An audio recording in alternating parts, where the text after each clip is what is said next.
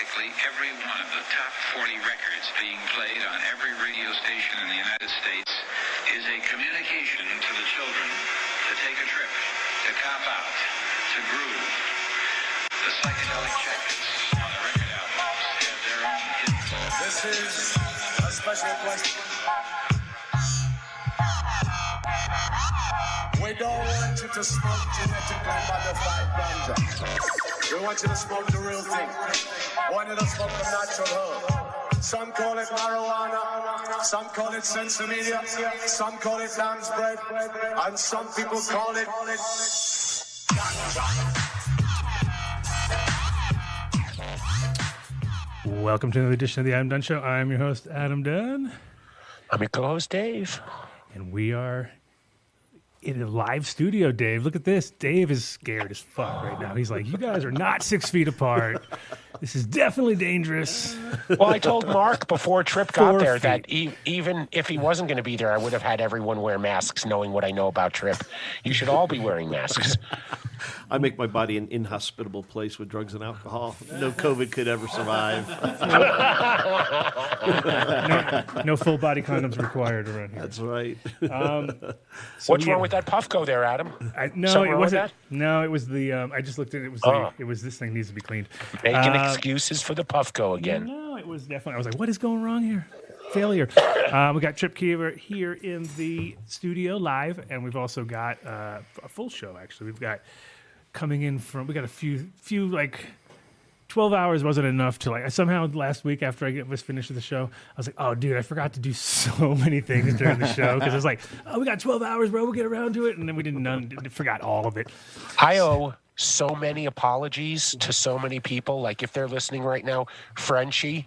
Very sorry. Oh, I know. Don't know what I don't know what happened. Like he got on and then we went to a video and he was gone. It's exactly it. I mean, people were doing their own thing. I know it's exactly that. We lost people here and there. It was like, hey, I don't know if Nick will talk to us anymore. I think once we got over 1,000 milligrams, it just turned into a kind of a fog at that point. Like I just noticed, I just was kind of like, what? We missed another hour?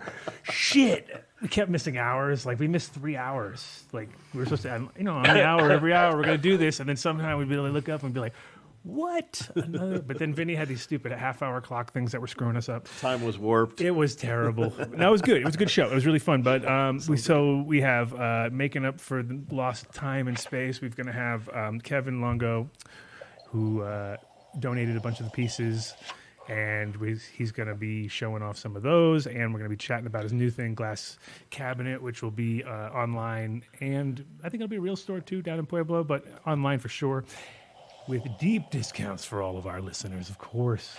So we're going to check out that. He's going to be launching a website.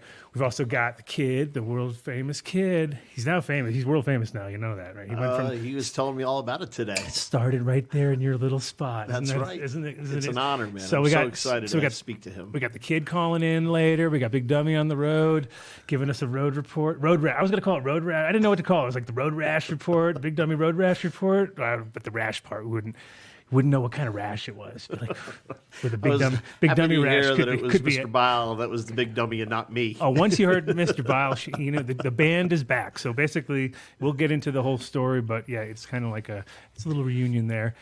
And we've got Randall calling in later with Source Vapes.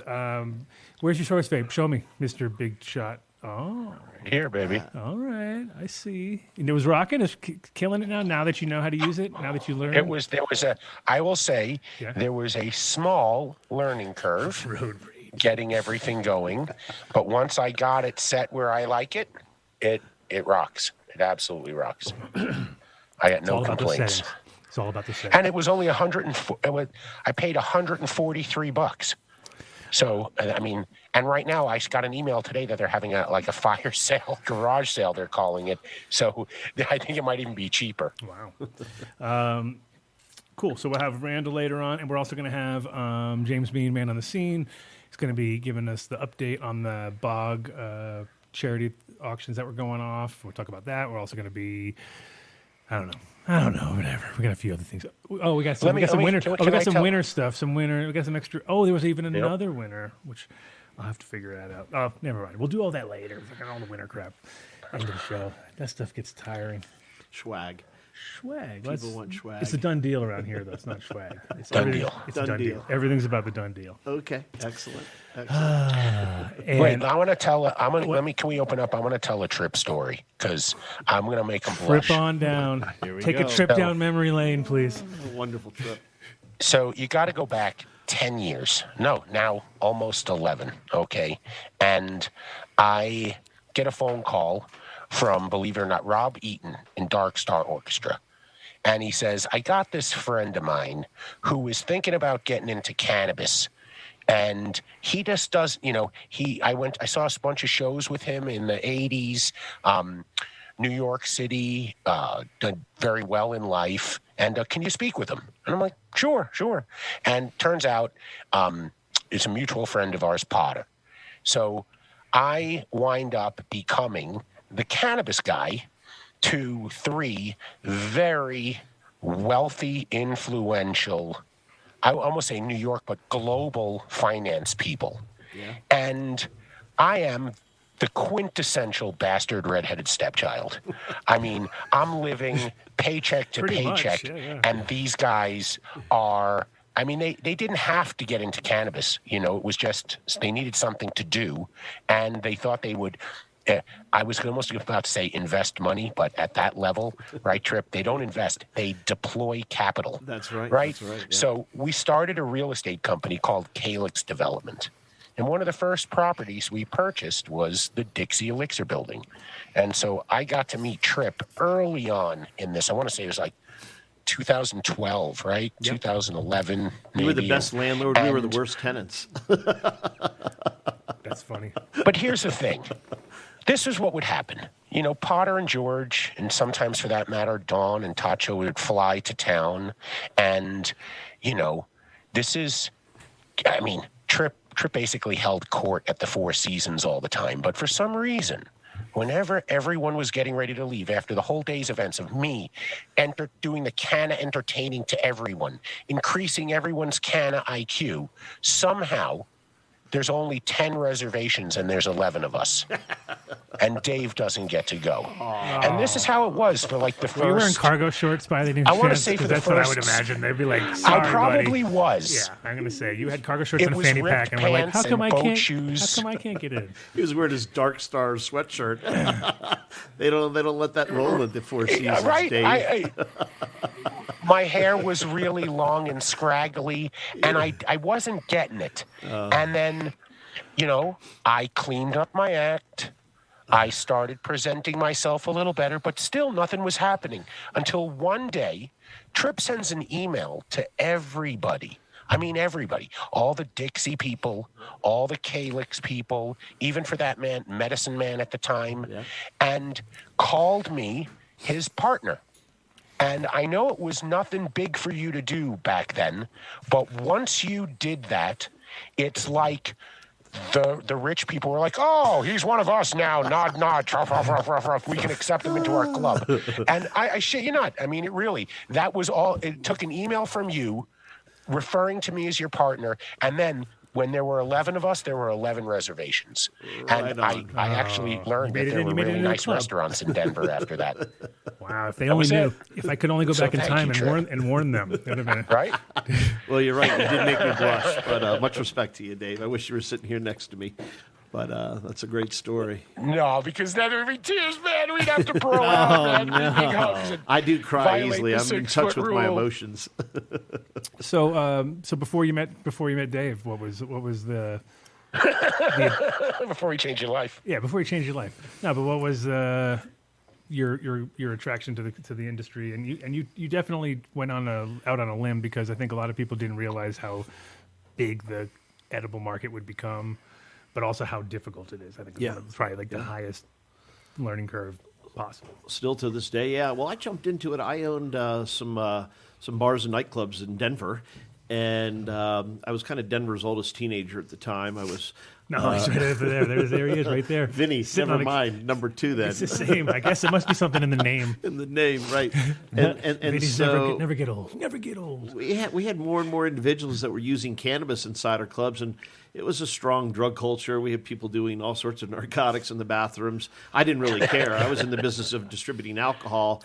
But it was one night when I had an epiphany. I saw some young guys smoking, joints upstairs outside, and they came back downstairs and they just sat there at the table and were not drinking. I mean, they had ordered each like probably a Budweiser or something like that, Coors Light. And I had this epiphanal moment where I was like, this is not good for my business. And I subsequently went upstairs and spoke to a Denver police officer that was in my employ and said, hey, listen, presumably we got to get these kids back in the club or you're going to have to arrest them. Not a really cool thing to do at the time. And it was a Denver PD that enlightened me that we had passed through a constitutional amendment, medical cannabis, medical marijuana. And I was like, what? Don't say marijuana. Went home, Googled it. And from that point forward, and that was in 2009, I found a couple of kids hustling dime bags in the club the next night. Said, "You guys work for me." Wow! Look at pulled a Scarface maneuver on him. Not selling. Hey, you want a job? Fucking cockroaches. Fucking cockroach. It really was a steep learning curve, and as Dave can attest, I didn't have a very strong relationship with cannabis, Adam. But I did see an opportunity, and I truly believed at the time that marijuana was probably less harmful than alcohol. Having known bars and clubs in my past, I'd seen a lot of lives damaged from it. And so that really was the early stages of my career. I thought I would be in and out. I thought I'd make a bunch of money real quick, and as Tio alluded to, boy, was I wrong. It's still a hustle every day. No, there's not. That's one thing it's not. I mean, it is if you don't. Yeah, if you're not trying to create a brand. I mean, when you're trying to create a brand, you're talking years, decade in this case. Yeah, right, exactly. Well, all you need to do is just go back in time and watch Pot Barons on MSNBC. It's true. You got all the nuggets, Dave. Yeah. Nothing is sacred with him. Well, that was the original concept. Was the whole where are they now? So where are they now? Yeah.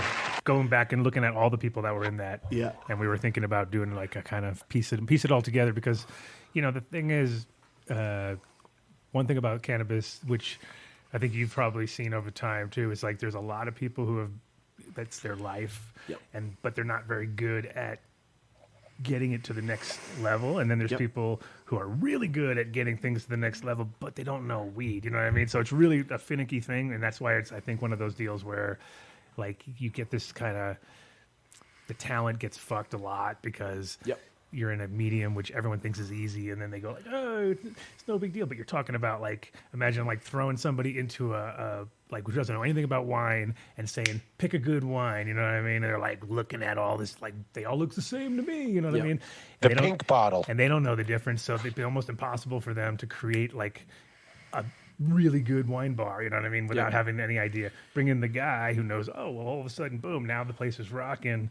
But, there's always that moment where the new management comes in and says, well, we don't need that guy no more. You know what I mean? So you go through these big cycles, I think. Yeah, the cannabis highway is littered with roadkill, and many of these individuals are brothers of ours. We grew up with these guys in the space. I really relate cannabis a lot to high school because we all kind of got into this as gawky freshmen in 2010, right? That was when the MED was formed here in the state of Colorado, and we all sort of came out of the shadows, had to put our name on a document and sign all these affidavits.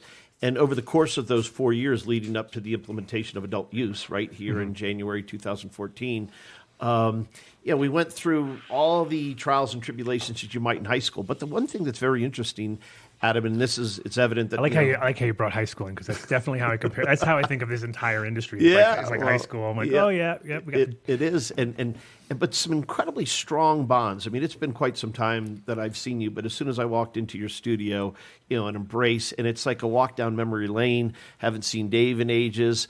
There isn't a day that I don't think about those relationships. And, now it's in some cases 11 plus years later, some of those still are relevant. And we've seen a lot of, talent get, unfortunately pushed by the wayside and, big money comes in. But we can't forget how important those early adopters are, because if they didn't have the courage to jump into this in the early days, whether it be here in Colorado or even in California, who knows? We might be still not be looking at truly the end of prohibition in the next administration.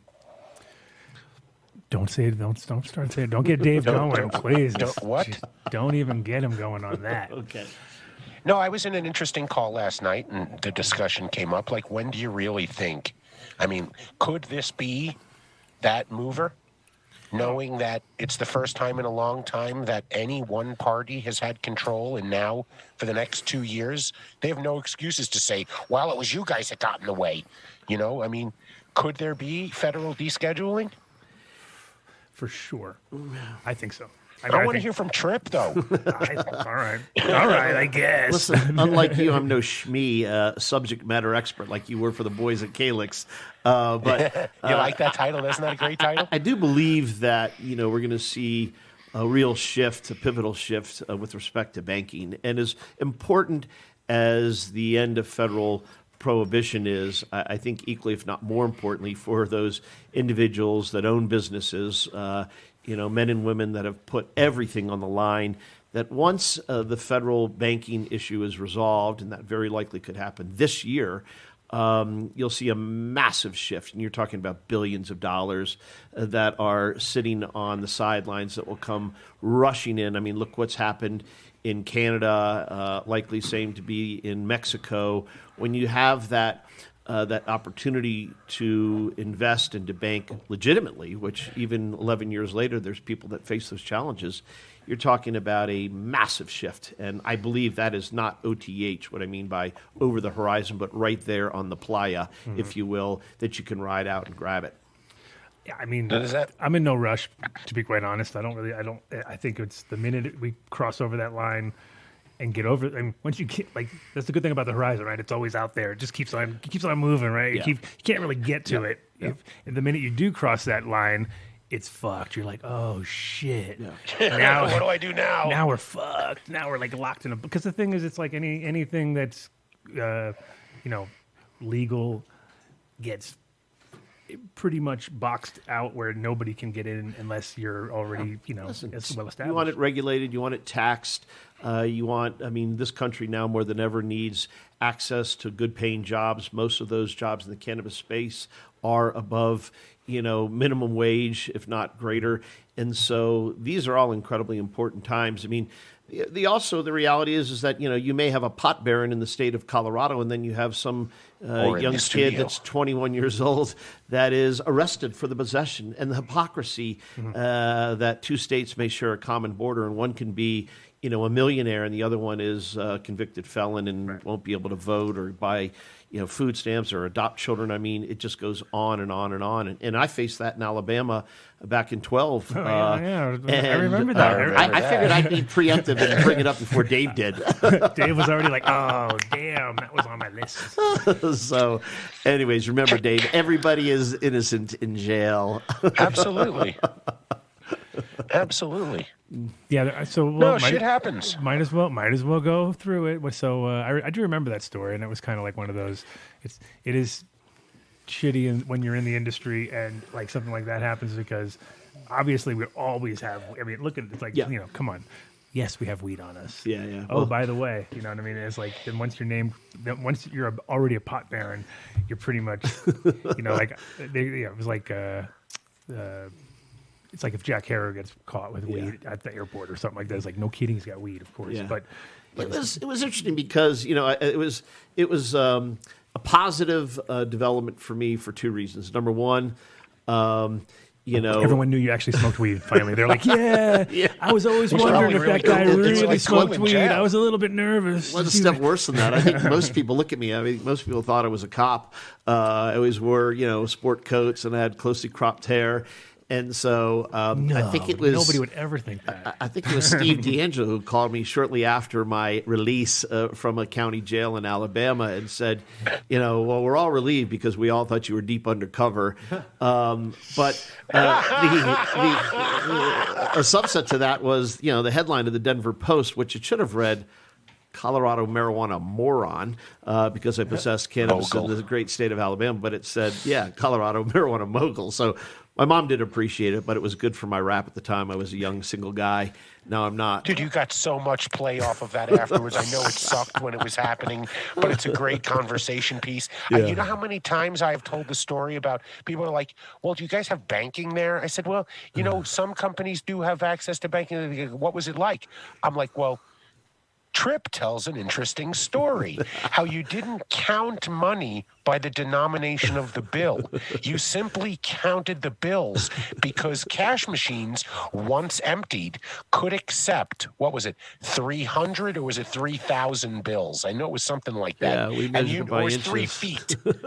Yeah, it was Right. 3 feet of bills. Yeah. And you'd go, and that was how the industry it's crazy. did their banking. Yeah. Nuts. Yeah. Middle of the night at a cash machine with armed guards. I developed a penchant for tequila at about midnight every night because of the adrenaline rush. Stand in front of a cash machine. Most people don't realize you can put money into an ATM, but literally strapped in Kevlar with a armored up Hummer and trying to pump as much bills into an ATM creates a unique rush, if you will. Especially when you get that one that just keeps coming back. And, Oh, that's right. you That's right. bastard! They come out and Well, it's actually a really tense moment dog when ear. when the money comes out, and there's like such a tension because a lot of times there's just a big wad and you have to get it out and one's left and you're like the panic sets in so fast it's crazy, and if you have to do that for stacks it must be a nightmare. But Yeah. the industry's crazy like that where they put people in such jeopardy unnecessarily when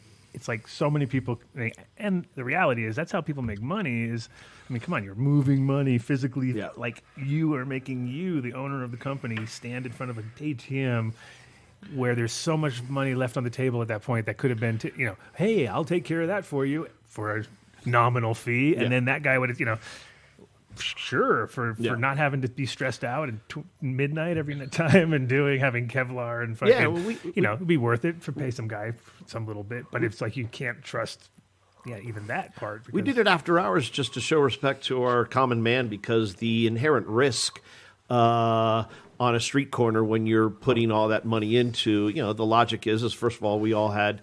When I say we, it was either myself and another individual in the early days. We ultimately upgraded to professional law enforcement that was off duty and that could manage the assets for us. But the reality is, everybody has their number and what you're willing to fight for. I mean, I was robbed twice in 10 years. And both times it was not insignificant money, but it was not worth actually pulling out a firearm and pointing it at somebody because that generally requires you to pull the trigger. But the fact of the matter, the fact of the matter is that we did that at night just to minimize any potentially collateral damage. Knock on wood. There was only a couple of instances. It was generally homeless people looking for the free handout. Little did they know what we had in our proverbial backpack. But those days are well behind us. We've got some great banking partnerships here in the state of Colorado, thanks in part to our former governor. And as I said, I think 2021 will be a pivotal shift. And allow businesses, small and large, to really prosper. Everyone's worried. Dixie Everyone's opens worried so because you many- don't see everyone now. Now that you brought up the not smoking, everyone's like, he doesn't smoke. What's going on? He is a nark. I already told him in the chat room. I have He's on his cleanse. personally He's on a can cleanse. vouch. He's on a cleanse. He's on a cleanse.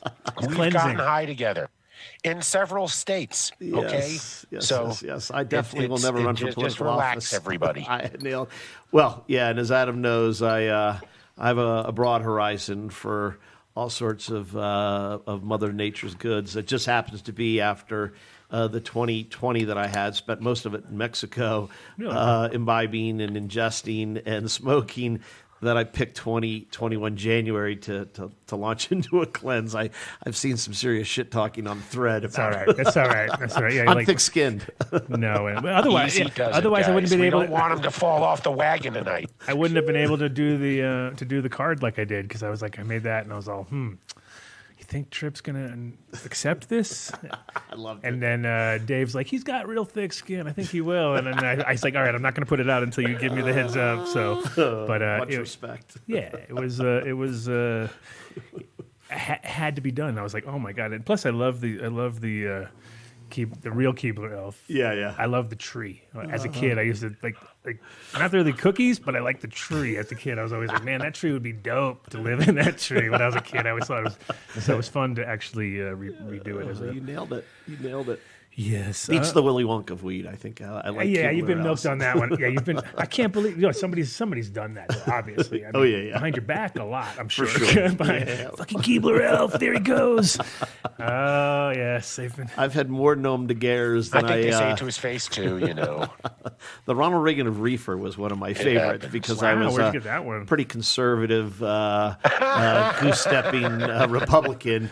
And I actually worked for Reagan right out of college. I was a political science major, and I'm sure he rolled over in his grave. I think the First Lady was deceased as well, but that was a pretty good one. Gordon Gecko of Ganja was a pretty cool one as well. You've had them all. You've had them all. Wait a minute. Do most people not know that you...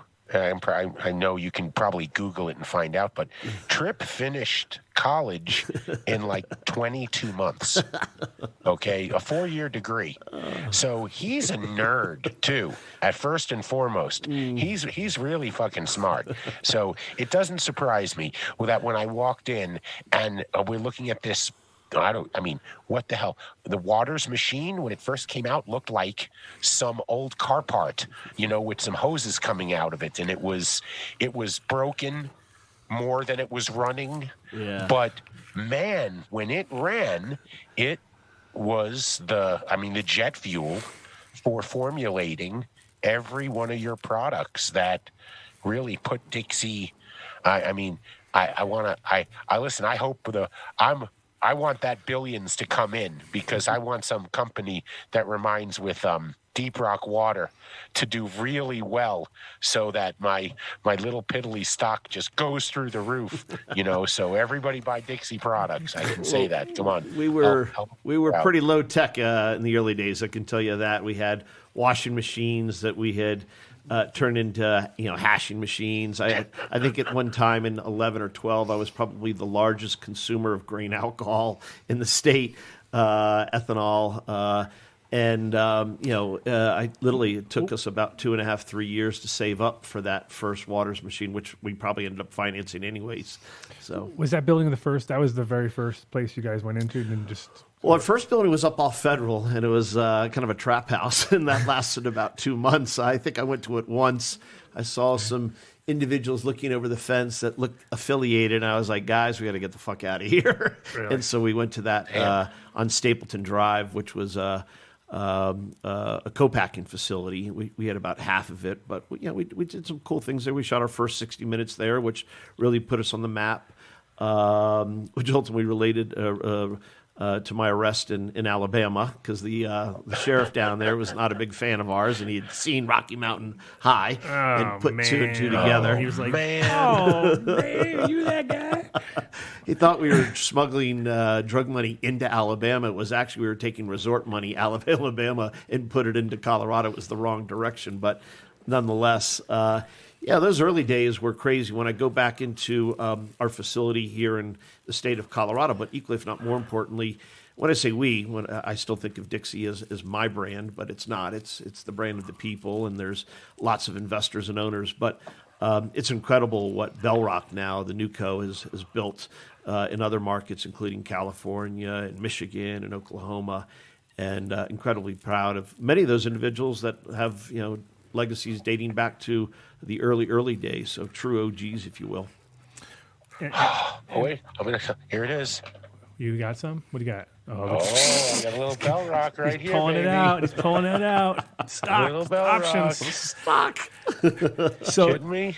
So are they? Are those cannabis companies, like as far as growing other things too? Are they just doing edibles? Are they doing drinks? Or what's those companies are direct affiliates of the parent co, which is Bell Rock. Mm-hmm. In most states now, unlike Colorado, which ironically I still am the exclusive owner of Left Bank, which is the Colorado manufacturing arm of Bell Rock, formerly Dixie Brands. But most of these facilities now are corporate owned and operated and managed by the parent company. That will be the goal here in the state of Colorado this year. if we can successfully negotiate that sale. But yeah, these facilities are all dedicated exclusively, which will tie into our bringing in the kid. And I'm reluctant to say Big Dummy because I've got too much respect for you. Don't you call me Big Dummy. John, it's not me that's saying this. It's Adam and It's Mike. it's all my fault. They're encouraging me. But listen, I've killed more cannabis than I've ever grown. Trip is like, wait, what's with the Big Dummy on the card? I did I'm say like, that. it's not you, man. It's it's a it's great way to Adam's get pet people. name. Know your audience. Yes, of course. So I mean, so you because I think that was one thing about Dixie is they didn't. I mean, beyond the grow that we were working on, which we can go into, there was like that never really took traction. In the end, it was just like, no, we'll just buy off other people. Yeah, I mean, in the early days, I remember I used to drive around on my Ford Explorer and pick up just duffel bags and trash bags full of, swag, Bags of swag. There's bags of swag. Bags I'm of swag. talking big bags. And one man's mega trash was another man's treasure. And I remember vividly, I was hunting Canada goose one morning out in Arvada, and the guy out there who owned a big greenhouse was also cultivating cannabis. And he had probably given me 200 pounds of, just leaves and trim and stalks. And I had it loaded up into the back of my truck along with multiple shotguns. And I'm rolling down this hill at about 80 miles an hour. And, of course, there's a state trooper shooting radar. It probably would have been the end had I got pulled over, but he let me roll past. But Really? those days were crazy. And then ultimately, shit. it really became a full-time job sourcing, raw plant material, which we ultimately did all of our extractions in the early days. Probably in 16 or 17, really, we began to outsource all of that. Every firm was becoming really specialized, Adam, in what they did. Yeah. And there were people with 50-liter extraction machines. We had 2x5s, which was a big deal at the time in 13, 14. But really, Bell Rock became really just a consumer packaged goods company, a house of brands associated with cannabinoids, both THC and CBD. And I Hey, noticed people in the chat room want to know if you're breaking your fast now that Adam's smoking near you. it's official, right? Isn't it? Yeah, it's close enough. No, I don't think they said that. I just wanted to know. Asking for a friend. It does remind me of a story. It was, I think it was November of 13. And it was Vegas. Willie Nelson's. No, it was Dr. Willie Nelson's 80th birthday. I was on probation for my arrest in Alabama. He had invited me to Newark, New Jersey, and we were backstage in his RV. And now you're really getting into Big Dummy territory. yeah, and Name-dropping. I had made a deal with the district attorney that I would be drug and alcohol free for 2 years, and of course, Dr. Nelson starts ripping, doing bong rippers in the trailer or in his RV, and I've got my arm around him. I'm holding my breath, and as soon as I got my photo, I sprinted outside and did a big exhale because I was terrified that I would test positive for cannabinoids and go back to a county jail, which I was not prepared to do. But I don't mind the secondary smoke, Dave. Thanks for looking out for me. Yeah, okay. Just checking out. I got your back. Oh, Lordy, you guys got an active blogging community or whatever this is. Oh, yeah. You could just sit here and watch. I mean, You got to watch out, though. You don't want to get sucked into there. You'd be like, what did Don't these- get sucked into the vortex. Yeah, Come oh, on, don't. boys, did they, huh? Yeah, I try to glance at it if I can. on occasion, right on. Exactly. The funniest thing is like when Adam's talking to somebody, maybe he's interviewing somebody, they're getting to a deep, point, and it's really, they're getting there. And all of a sudden, I'll just start to crack up in the background because I look over and Rosin Dogs, who is one of the funniest chat gang people we have, just says something completely, hilarious, and I'll laugh. And Yeah. I want the guests to know we have this here, so you don't think I'm laughing at you. Yeah, right on. You know.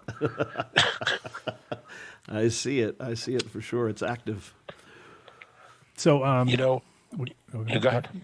No, go. no, you go. This is the Zoom go. thing. You go. You go. No, you go. No, you really go. You So- really go. Something you guys know is that Tripp holds court. When he holds court, he enjoys the finer things. And Yeah, no cigars. I mean, I was that's what I was expecting this gonna whole say. place to He be knows puffed out like cigars. You invite me back February 2nd or anytime after January 31st. I promise you I won't let you down. I'll bring my own bottle. I bet you will. I bet you will. No, it's the cigars. That's something I always used to enjoy, is that you could always count on, after a long day at like a Denver conference or something. Yeah. We could go back to the Four Seasons. We could sit down outside and smoke a cigar that I wouldn't normally get to smoke, because Tripp always had an extra one. I bought a fucking Sprinter van just so I could smoke wherever I wanted to, because it became more and more challenging in the great state of Colorado. You can't smoke at any restaurant or bar. On occasion you could find a patio. So the Sprinter van became a great cigar platform, if you will, over the years, amongst other things that we did in the back of that thing. What? Huh? No, I'm laughing at something else. What? No? Ryan Hendrick, who nobody knows who I'm talking about now. The kid. They're all, who's that? It's The kid. No, Ladies and gentlemen. He's an adult. the Now. He's return. 31, by the way. he's still the kid. You're my kid. Yeah, I said Forever. that's a great nom de guerre, man. You should keep it. You should Runs stay with the it. kid. Just figure when you're like 70, you'll be appreciating that kid thing. You'll be like, they still call me the kid. I couldn't see his face when he was hanging upside down from your little placard that you had created. The best part about that was I sent him that, and he was like, "How did you get that photo?" Like he was all. I was like, dude, that is not you. That's like your face, but that's somebody else's body. But it's so perfect. Like whoever that kid is like wearing exactly the same shirt that he has, for sure. Like I've seen him wear that shirt. And it's like, and he's super skinny and long and lanky. I was like, oh my god, this is perfect. So it was. Anyway, I was just about to text him and say, check in with us before we forget about it. So you're. Like you said, you're not running Dixie at the moment, but are you still doing your own ventures now? Or? Yeah, I mean, so I stepped down as CEO of Dixie Brands, the former Pubco, right in advance of its going public, and flipped the reins over to a great friend of mine and a business partner who's now the current CEO, Chuck Smith. I've been in it for 9 years, Adam. That's a long time in the space. Was incredibly active. This is a 6.5 day a week job. Basically lived by myself, made a lot of sacrifices. Not that I'm looking for the hug, but I had no interest in running a company that was going to be publicly traded. I just, number one, didn't have probably the mindset, putting aside the skill sets. I mean, you're really running two businesses when your company goes public. Yeah, it's not very exciting to me. Like once you Correct, Like yeah. at first, it sounds great. Like people talk about it, and then the more you hear about it, you're like, that sounds like somebody sticking their hand up your ass, pretty much. And Yeah. you're like, good. Like I don't want to do that. Every Like, college kid that owns 50 shares thinks he's your boss. And, and you have to have a very, very patient demeanor, which, people that are type A aggressive, many of whom got into the cannabis space in the early days, they may not jibe well with that. And so my partner has done a good job, and even as good a job as he's done, it's been tough. I mean, that stock was probably valued at about $100+ million, and Dave knows what it's valued at today. So the Pubco space today is challenging for cannabis companies, but there are great companies that have sound fundamental businesses, and I do think that those are really going to come out and shine this year. And the state of Colorado has got literally dozens, if not hundreds of them. So my focus has been,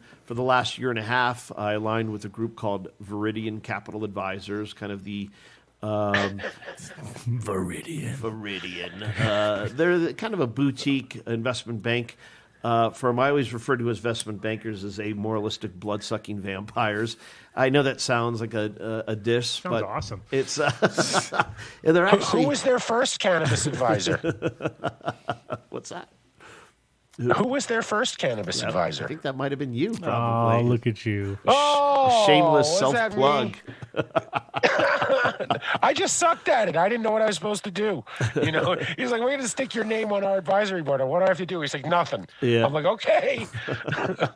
Okay. Well, I guess now you actually have to do something. Yeah, and full disclosure, I'm not a banker. I don't even play one on television, but I'm really passionate. You talked about it. A lot of the talent out and being pushed out. I mean, that just as easily could have happened to me. I wanted to control the narrative, not let the narrative control me, and so I stepped down in advance of somebody telling me to get the fuck out. And I see that every single day. It's sad, because some people just overstay their welcome. Right. There's nothing wrong with cashing out. There's nothing wrong with taking those monies and reinvesting them in the next generation. It's good. I mean, it depends on exactly. Like some people do that in 2 years. I mean, they just build it and sell it, and I'm the exact opposite. Like it's like selling your car. Like some people can't sell cars. Yeah. Some people have the whole time them, they drive a new car every few months because they're like, yeah.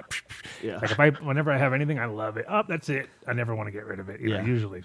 So businesses are the same for me. I haven't had a time where I felt like I wanted to step away because I'm always trying to create like these lifelong things. But yeah. Well, I mean, listen, the space is hard. I mean, every day we thought we were going to see a shift in political strategy or administration. Again, I know we're not going to get into politics. And you had to be what I described as delusionally confident. Now, delusional confidence works both for and against you, Adam. I mean, you got to really understand sort of where the tea leaves are going to fall. And so, that delusional confidence, if you will, some probably people could say foolishness, kept me going for those 9+ years. But I don't look back at any of those days with anything other than fondness. First of all, it put people in rooms that might not have ever been together. I mean, look at Dave and I. I mean, he and I are hanging out the Four Seasons smoking cigars, wearing his Dark Star. I didn't even know what the fuck Dark Star was. I think I may have saw you at my first Dead show as well a couple of years ago. I was wearing white jeans and red loafers, and I was woefully out of place. So I've been trying to get Craig to come on the show for a while. Yeah. I'll eventually get him on. I'll eventually get him on. Yeah, for sure. He'd be good. No, I badger him all the time. He'll come on. I totally see. This is my senior moment. I had a great thing I was going to say, and then I fucking lost it. What? You better come back to me. What were you saying like 15 seconds ago? Oh my God! It's one of those shows. Damn. What were you saying 15 seconds ago? Because I had a thought. I'm so high right now. Oh yeah, he ate like 300 milligrams or something. I can see it. That's good. You can see it. Yeah, it's weird how edibles just come in your eyes. Oh my God! Yeah, I took a selfie that night. And did you do a lot of Did you in the beginning when you guys were formulating this stuff? Who was your besides Dave? Obviously, he's gonna go back to Dave. Dave did all the. No, but who was doing your because that's one of the hardest things about edibles is nailing that sweet spot. It's And I think with drinks, it's even harder. Like, I mean, I remember when I first, right around the same time period, you had the elixirs. You had Omaha Mike, rest his R.I.P. himself. You heard about that, right? He just passed away, actually. You remember Omaha? Yeah. Yeah, with the drinks. Yeah. Because he was the other drink. Yeah. Guy. He was your only other guy. Right. Yeah, he just passed away, I think, 3 months ago. Maybe. Oh shit! I did not know that. Yeah, he was living in Mexico and back and forth. And, God bless him. So at the beginning, I think the drinks, when I first came here, I was like, ooh, drinks tough. It's like, got sediment. Yeah. How do you emulsify it properly? Yeah. It's We not didn't enough. do any of that. I mean, it was just, it was like grape drink from Walmart and pixie dust. That we used to Yes, put in that's the bottle. story I was going to tell. We used to joke. We used to joke because For the record, that I was doing early R&D. days. Oh. Because remember at the time I was doing this before we had met, but the funny thing is after we met, it was like, wait a minute, you were doing that too. There was a company called Epic Foods. I was doing R&D to help them build stuff. Yeah. And the quickest way was to just go to the King Super and buy all the 2-liter bottles of soda you could, and then just mix it with your rocket fuel instead of trying to make up your own fucking soda. I figured they figured it out already. What the fuck? You were just going to rebottle it anyway. Yeah, 100%. We confessed to that a long time ago.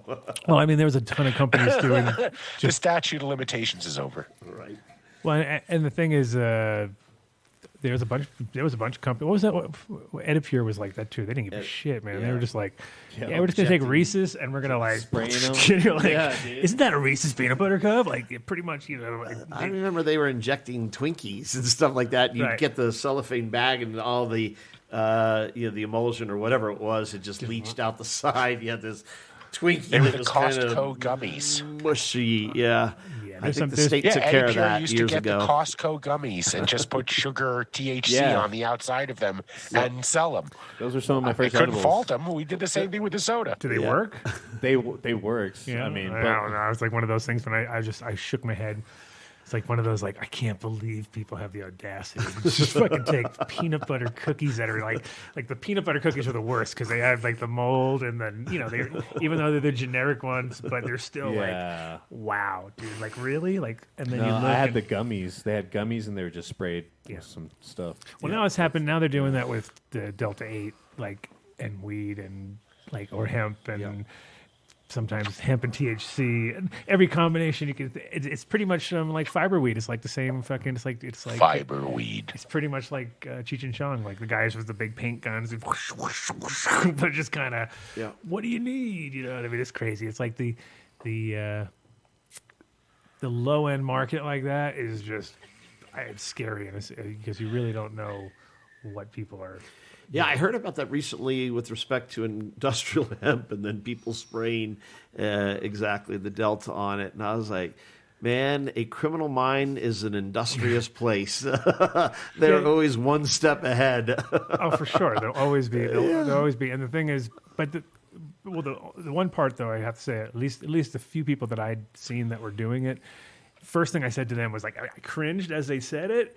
And I was like, I hope you're telling these people that you're doing this. I hope you're not just doing this. Not. And they're like, yes, 100%. And I'm like, okay, because if you're not, that's fucking really shady shit. If you are, I guess it's exactly like you're saying. It's like ingenious. Okay, well, I guess you're making something out of nothing. But somebody down the line is definitely getting fucked over. You know that for sure. Like there's no doubt that this is going into the hands of somebody who thinks they're getting something. Yeah, I'm gonna be that guy and say that's fucking horrible. I don't give a fuck, man. It is horrible. No, that's it's horrible. Fucking, I don't even care if you're telling the person you're doing that. That's fuck you, man. Well, you know that's, it. No, it's the unfortunate part of this industry as far as like there's always people trying to like make out angles like like when Shatter first started, people would look at it and just that looks like and once you hear that you're like there's someone's thinking someone's brain is going into like hyper mode. Wait a minute, I got something, I can sell him some raw candy. Well, yeah, that is the it's like I was listening to NPR the other day driving. It was like there was a wait, don't tell me. They do those fucking game show thing. You can talk politics now? No, they had a thing where they were talking about they named the 3 different like scenarios, and one of them was the real one. And they were all sounded totally ridiculous. And I knew it was the winning one because it was like, oh, that definitely happened. It was like 2 gangs, one gang sold another gang fake coke that was basically just drywall that they'd crushed up, right? And the guys who were buying it gave them counterfeit money. Right? So it was like counterfeit money, and then they shot each other up, they killed each other in the process. It was like, wow, what a great combination. You know what I mean? It was this shit up. Yeah, it was like, you fucked me over. No, you fucked me over. Who fucked each other over the most? And that's the problem with anything. It's like at a certain point, if you can step on anything, people are going to do it, and it's a sad, unfortunate truth of just humans in general. And it's like that's why I was always like, weed is great because you can't do that, and now we can do any. There's 100 ways to fuck it over. You know what I mean? Yeah. And unfortunately, you have to be. That's where good weed. But again, good weed is now worth real money again. Like all of a sudden, it's actually worth money. It's like was bottoming out. It was bottoming out because of all the cheap weed out there. But now everyone realizes, yeah, I'd rather spend $3,000 on a pound of good weed than.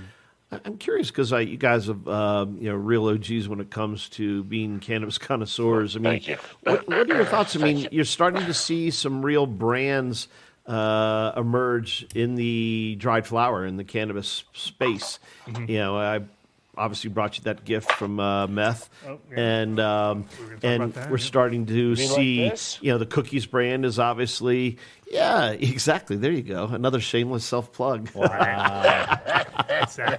T-Cow. taking into consideration all lives that matter. I didn't know there were stickers in there, but I was going to do the old. T-Cow, Wu-Tang. That's super cool. Yeah, they're a brand. Obviously, most people know the Wu-Tang brand, but Meth himself has just really put a tremendous amount of time in it with his partners in Cali, and they're coming to Colorado.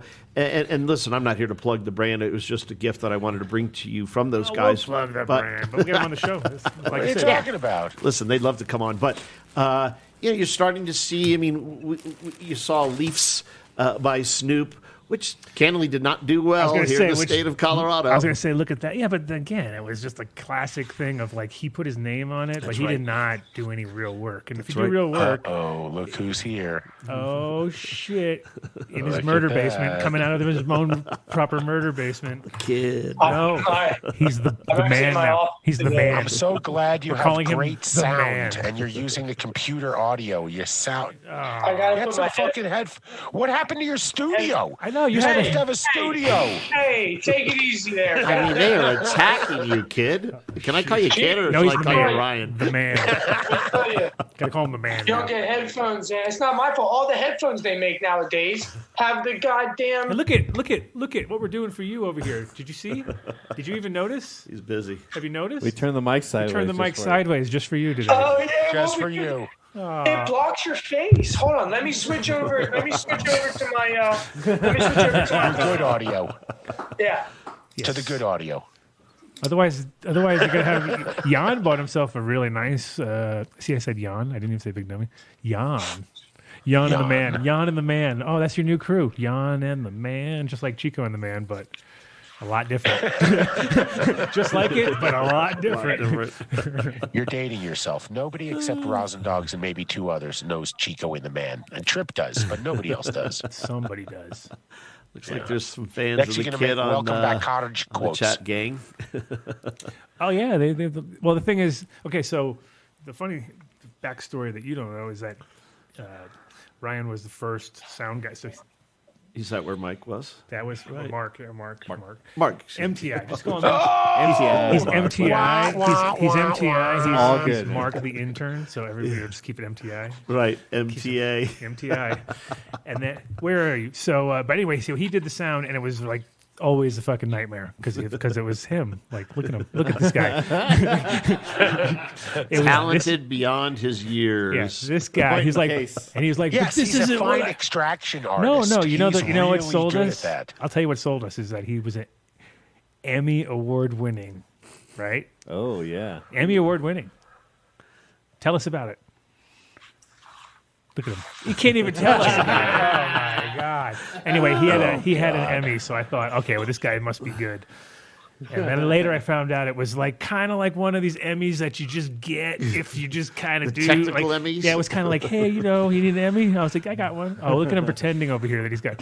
What are you gonna go pull it out of the closet? Show us. Another call. Another call.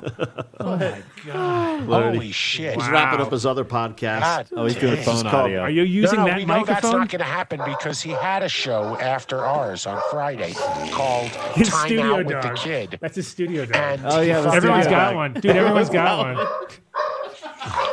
Is that a real dog? is that a dog track? Back when we would do a show, he would Shoot that thing. So The back when we dog did a track. show, his dog would sit underneath us and chew on bones so loud that I could hear it on the microphone. And then I said, "Hey, maybe you shouldn't have the dog in the studio." And he's like, "Every studio has a dog." And I'm like, "Really? I don't think that's true. I think most studios don't have dogs like barking in the studio." Wait, let's make sure he sounds Can you good. guys hear me?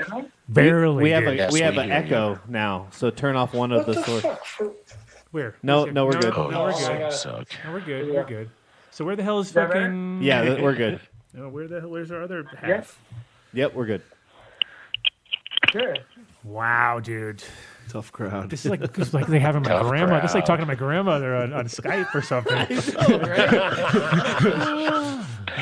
There's this funny thing, Trip. Every time we had Ed Rosenthal on, and we were all taking bets on how long it would take him to push the end after the call, like would he hit it? Same thing with Tommy Chong. Yeah. You know, and Stands you there. can see who's Zoom capable and who isn't. Gets They're up, he's not wearing think it's pants. over here. There's a lot of that going on. It's great stuff. Oh my God. I had to be here, present and accounted for. I wasn't going to miss this opportunity. No, I was. There we go. Oh my God! Wow! You better hurry up before Jan gets on, and you're going to be done. No one's going to hear you anymore. Big dummy. That's funny because I was catching up with Trip a little bit before this, and we were like, he was like, who's Big Dummy? I was like, oh, it's Jan, man. No, but hey, it's good to see all you guys, man. How's the holidays been? How's the New Year's been? Very uneventful. Nothing really happened. Just days, chilling right? out at home. Were you on the show last week? No, because I ended up having Rome, my son, he like out of nowhere had like a fever of like 102. And we were like, oh shit. Holy shit. We got to take him. He's got to get a COVID test. We had to take him to get a COVID test. Came back negative. Thank God he just had a cold. He's over it now. But he went from like good to a fever, stuffy nose, no sneeze. It was tough, man. Then it was like quick. So, yeah, no, I missed it. That's why I told Adam, I was like, well, I'll come on this week and spend some time for sure. And you barely did that, which is Hey, exactly where you said 7:20. It's 7:23. I know. You see, look at that on time and everything. I'm here. Tony Baloney says typical sound quality from the kid. He's like, yeah. Yeah, I wondered last time we spoke, kid. This is what happened. You were like, the show has improved so much over the years. Thank you, kid. well, for no, but you giving said us a you start. had all this new studio equipment. You had headphones. You were going to have your own. What? We don't rate you putting on the headphones and taking the mic out. We have to have the iPods. Want to see something funny while it's ready? Hey, where's my? Where's my press fuck, too? Now where's my press? People are busting his chops about the printer, the artwork. I mean, Lordy. Glad I didn't do this in my house. Look at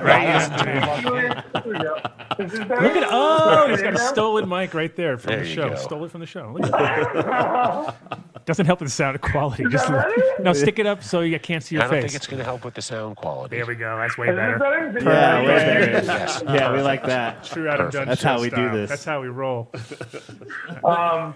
it's funny. I did start getting some stuff, and then honestly, as lame as it sounds, I got ridiculously busy, man. I've just been.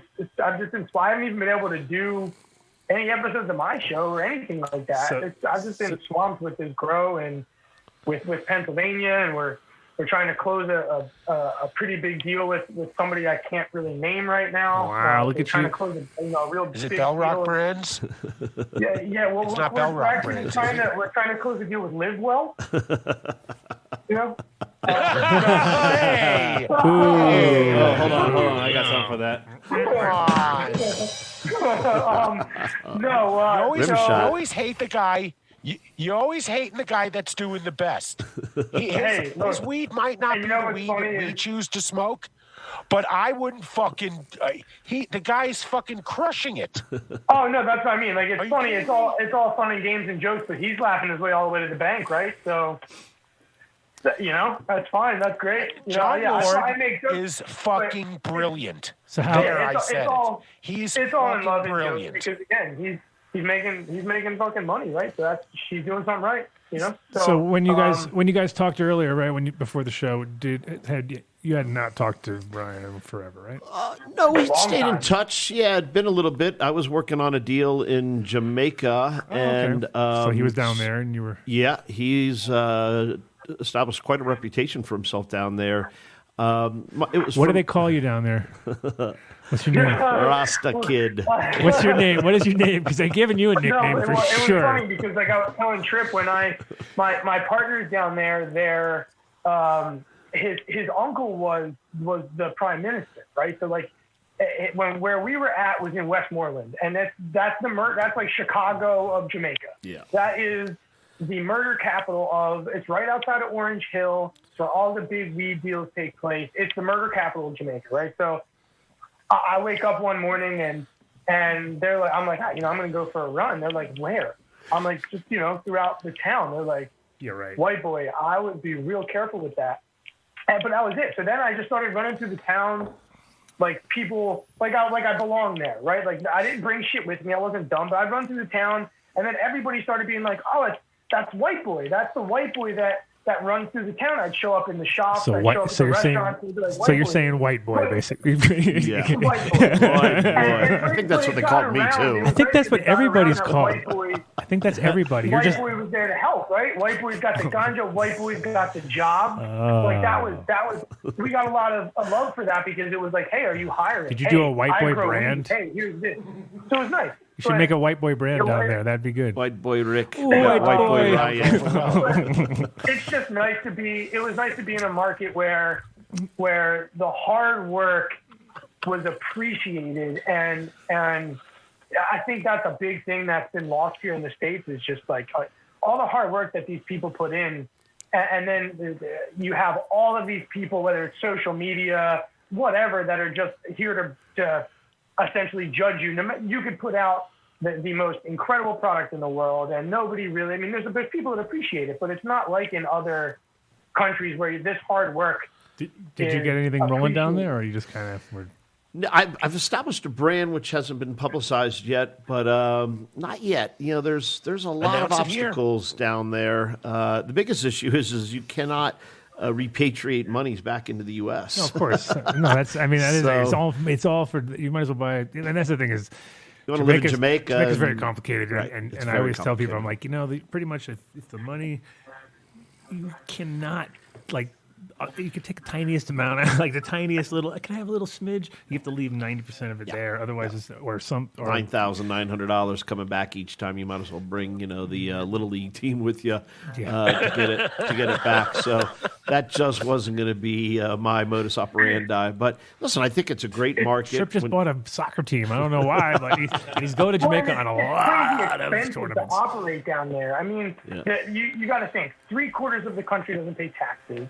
Where they think that the hotel market and the market like that is going to bring in a lot of tax money, it's really not.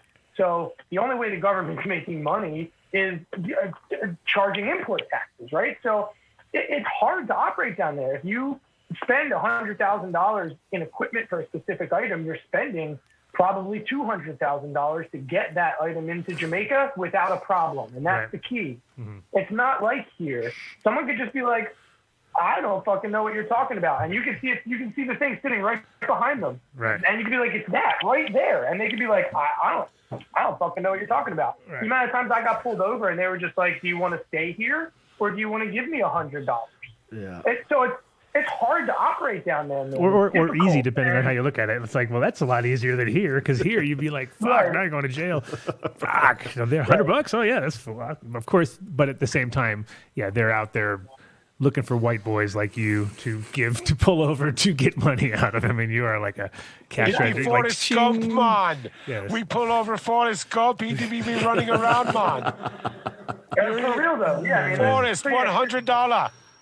It's costly to operate down there. Plus, 51% of the ownership, 51% of the ownership has to be Jamaican, right? So, unless you're making shell corporations or holdings companies and things like that, which again in Canada is a little bit easier because it's federally legal and federally legal, so it's a lot simpler. But here in the United States, it's difficult to do that and to pull that off. And from what I learned working with the Canadian company, they're great guys, and I love everybody there, but working with a Canadian holdings company is difficult if you're an American. You can't do much. Yeah. So. Yeah. I agree with what he says. So Big Dummy doesn't know how to use his phone anymore. He's completely lost. Wait, I have a question, Adam. What's that? First off, I've gotten in trouble on this show for saying Big Dummy and for saying Jan. So which am I not supposed to say, which am I supposed to say? On this show, it was okay to cross the line. But normally, I was the only person. Originally, I was the only one allowed to say it. I was the only person allowed to say it. But it came from a long line of dummies. It came from a long line of dummies. I will not be saying it. There was little dummies. There was first a little dummy, then there was a big dummy. I've never said it to his face. And then I didn't know I wasn't supposed to. But anyway, Nobody like I told said, me long. Okay, so here's a good reference point. Anybody who watched the 12-hour show last week knows that we checked in with my friend Willie White at his bar in Amsterdam. Oh, right? right, yeah. So Willie introduced Little was Dummy. that the guy we had to keep muting? Yes. So Little Dummy. So Little Dummy was a friend of his, and Carlos was a friend of his, and so we had to. They kind of like we had to differentiate the ones. So we were talking about Little Dummy, or we were talking about Big Dummy.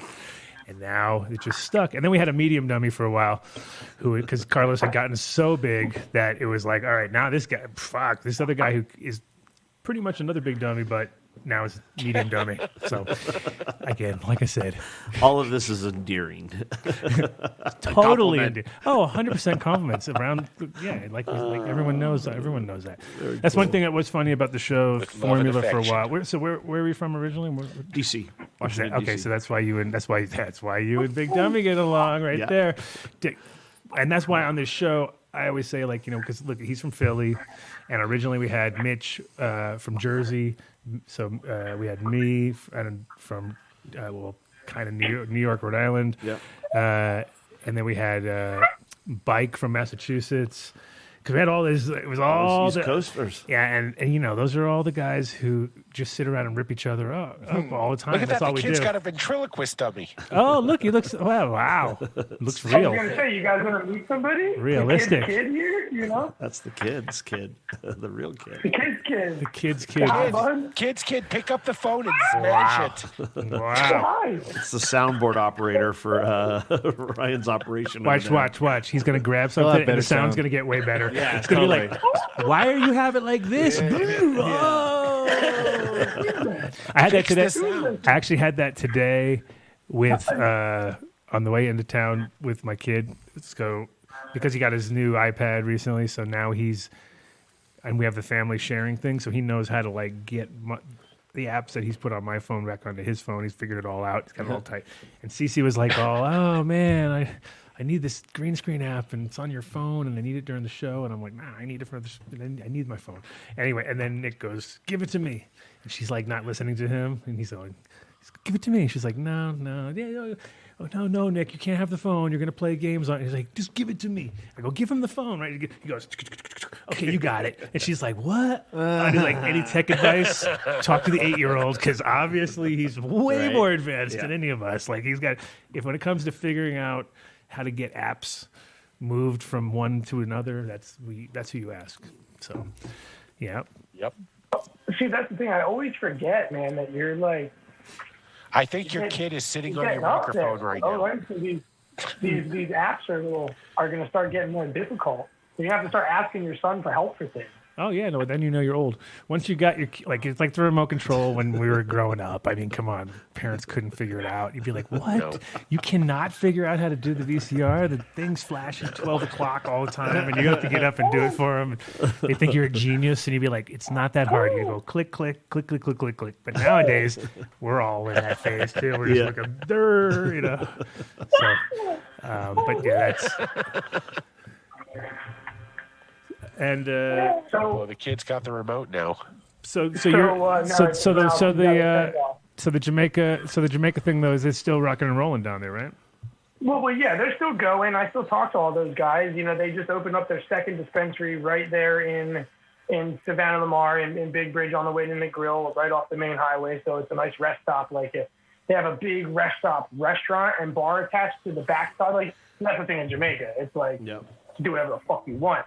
We had a smoke balcony on the top of the dispensary with tables and bongs and paper, anything you want. You just buy your weed on the way to the dispensary or on the way to the hotel, and you stop there. It was perfect. So, yeah, they just opened up their second dispensary. One's in Kingston, but I haven't been there in over a year because of the whole COVID thing. Right. And I may or may not be owed some money, but that's a different. Jamaica's one of those countries where it really caught you off guard, but because it's an island, they were not fooling around with the whole COVID experience, and so they had government facilities that they would insist that you quarantine in.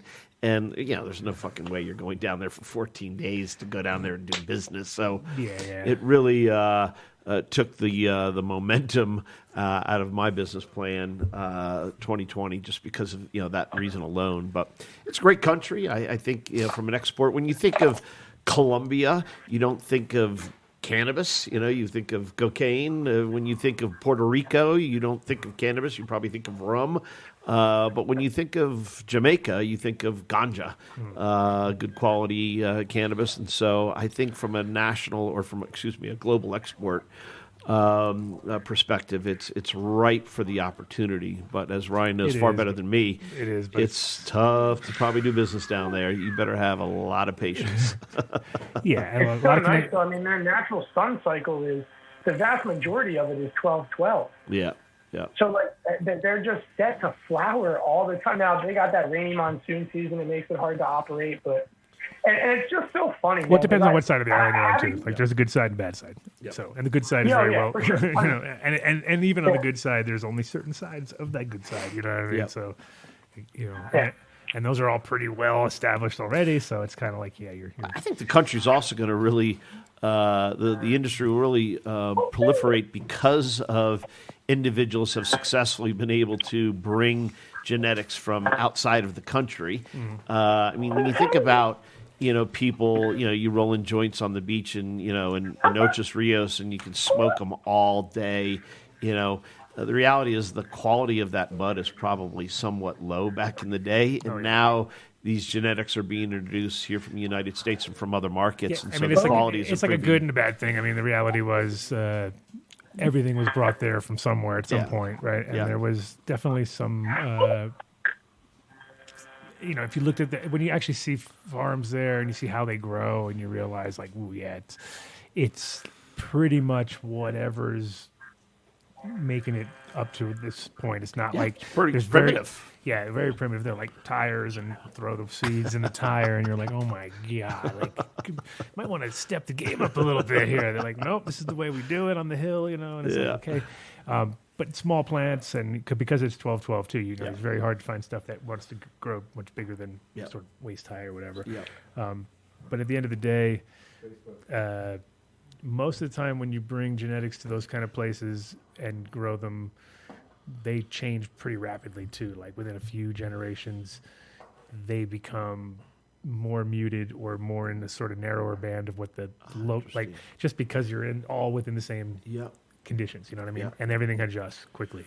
So that's kind of like even South Africa, I have friends down there that grow in places where there's a lot of big grows, shitty weed, like tons of it, you know what I mean? And they're trying to do their boutique-y stuff, and they can't help but there's no way they can control it because there's so many other people growing. Right. That they say within 2 years, that shit's just Ryan, was any of your stuff indoors, or was it all outdoor, greenhouse, cold frame?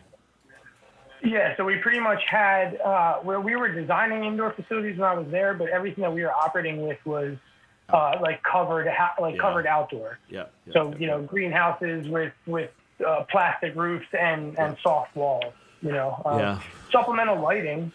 I mean, we brought Dutch lighting innovations like the same lights that I use. Adam, are you using ZLIs or are you getting something else? For where? For that kind of condition? For what? Indoors? Or no. What do you use the Dutch? Have you ever used the Dutch lighting? The stuff that the lights that Lee pushes, the DLIs, the Joules? No. They're nice. I got a bunch of those down. We brought a bunch of those down to Jamaica. 50 hertz ones that were a little cheaper and were made to operate down there. So we had supplemental lighting, but it was all outdoor. There was no hard walls. There was no air conditioning. There was just your standard greenhouse.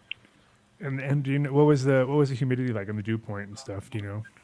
So it was pretty wild. It was hard to keep our VPD where we wanted it, simply because it rained every day, right? So it's not like you can say, oh, someday we're good unless it rains. Like, it rains every day.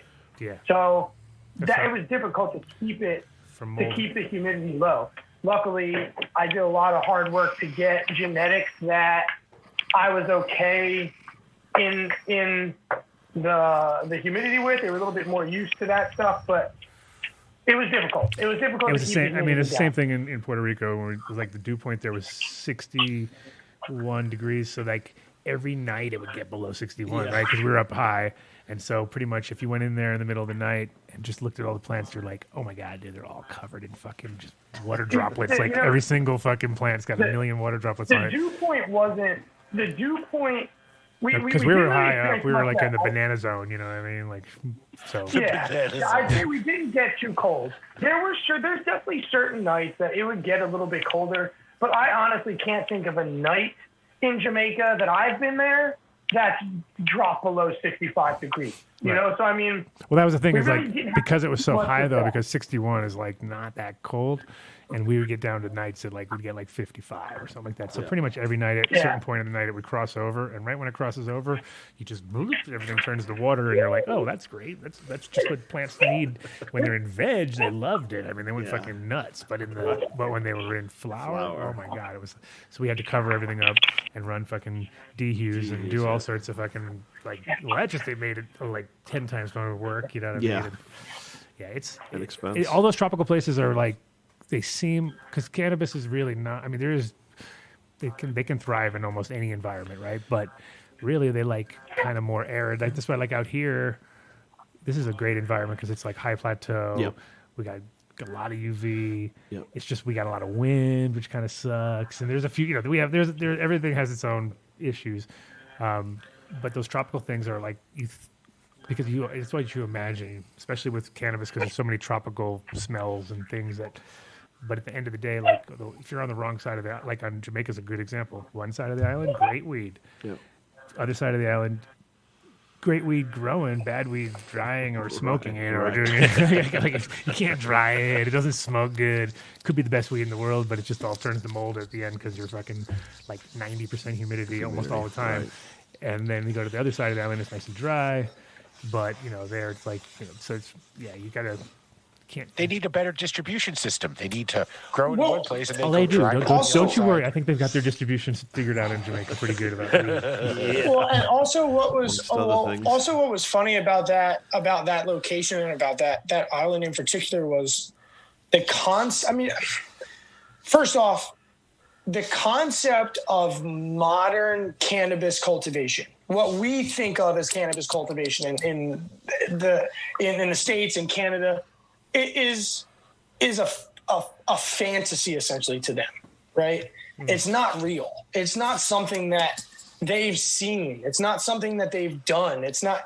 So when you bring the concept of this elevated level, it's almost like they're like, yeah, okay. Are you saying no Jamaicans have come to Colorado in the past 10 years? Not what I'm saying. Tour? Not what I'm saying. But when you're trying to find locals, right? Because it's not like here where you can hire someone that lives an hour away. That's not an option. You have to hire people that literally can walk to your facility, right? So when you're trying to hire locals and be like, And then, look at this. and then you go to their house and like all their shit's from your place. You're like, hey, isn't that my TV from our? Yeah, man, just borrowing it, man. Why do you have Adam Dunn coaster, man? Why is You have everything in Adam your Dunn T-shirts, Adam Dunn coffee mugs. siding of your building is entirely made from our Yeah, our you bring signage? somebody's swag down to Jamaica, it's going to get worn. I promise you. Oh, 100%. Yeah, well, I mean, that is like, it's, again, you're definitely, and when you start working with locals in that situation too, and you're talking about cannabis, it's like, wow, that's like opening, it's almost impossible. Yeah. Impossible to you like, have to be careful. Yeah, of course, because it's not that you can hire you the don't wanna nicest person in offend the world, people. but they've got 15 cousins that are ready to come in there in the middle of the night with machetes. Right. And if I can grab anything they No can grab, joke. you know, so it's like, it's just the way it is. Absolutely. Yeah. But what got me to say that was then talking they about the humidity and the mold and stuff. The concept of like IPM treatments to them is again not really a thing they practice, right? So when they say that the humidity is high and you have to deal with the humidity, for a grower, I mean, at least in my opinion, to go out there, I know how to deal with high humidity situations, right? But you need a lot of power, and then all of a sudden it's like then you got another issue. You're like, oh, power? What do you want? What? And you're like, yeah, I need 100 times what you got right here. And they're like, whoo, white boy, you are not getting that much power. White boy. But water was tougher because their main that runs through their cities is 3/4 inch, right? Their main. So if you try and tap a 2-inch main for your building off of a 3/4 inch pipe, and you start feeding your reservoirs, the whole city has no access to water. Right? So they're all the like, power, damn you, white boy, in your reservoir. Woody Allen tell that joke once about flushing a toilet? I mean, that seems quite simple. I mean, it's no joke. There's times where the city's out of water, and 3/4 I've inch had to does fill not up seem big enough for a 5-gallon main buckets. line. That seems like no. Dude, I'm not even kidding. That's very 3/4 inch. There's times where the water bullshit. in the city is just out. The water in the city is just out, and we have to use our wells or our reservoirs to fill 5-gallon buckets to flush toilets. I swear to Christ. Don't do that. Don't do that. So it's Flush difficult. toilets? It's not. It's you have toilets. it makes people's complaints here sound funny to me when people try and complain about certain things. Well, I don't have 3-phase. I'm like, man. These dudes don't even have telephone poles. They don't even have power. And they're still like, well, okay. This was the craziest thing I saw while I was out there when it came to building a facility, right? There's obviously sections of Jamaica that are so rich. There's plumbers, electricians, engineers. There's all of these trades down there that are equally as smart, if not smarter than Americans, than Canadians, for sure. No questions asked. So when you find them, they can do the job appropriately. But for certain tasks, they just hire, again, locals, right? So we had our greenhouses being built. It was metal pipe that was being bent for the roofs to make sure the water drained off. And they don't have pipe benders. A pipe bender at Home Depot is literally a metal pipe with a little hoop right here that you stick on the stand that you can bend. $25, right? They would take the pipe and put it between 2 trees. And they'd go, and they bend the pipe like this. Sounds scientific. Hundreds of pipes. And let me tell you, you would look at that roof and you'd be like, damn, that shit is fucking perfect. It's just continued to surprise me when I was down there. It was honestly one of the most humbling, but honestly, again, one of the most educational experiences I got, because it's not like operating here. If you can operate there, shit, you really could operate in just about anywhere. It's hard, but it's funny. It's funny to me because... Well, the good thing, though, is that people appreciate, I'm sure, the fact that there's finally weed that they can not be so, scared about it. And jobs. And get jobs. paid. Yeah, exactly. And create some sort of an actual industry that's real, which is awesome. It's Ryan points out the dispensaries there are incredible. I mean, when you look at... they have restaurants, they have coffee shops, they have bars, all integrated into the same building.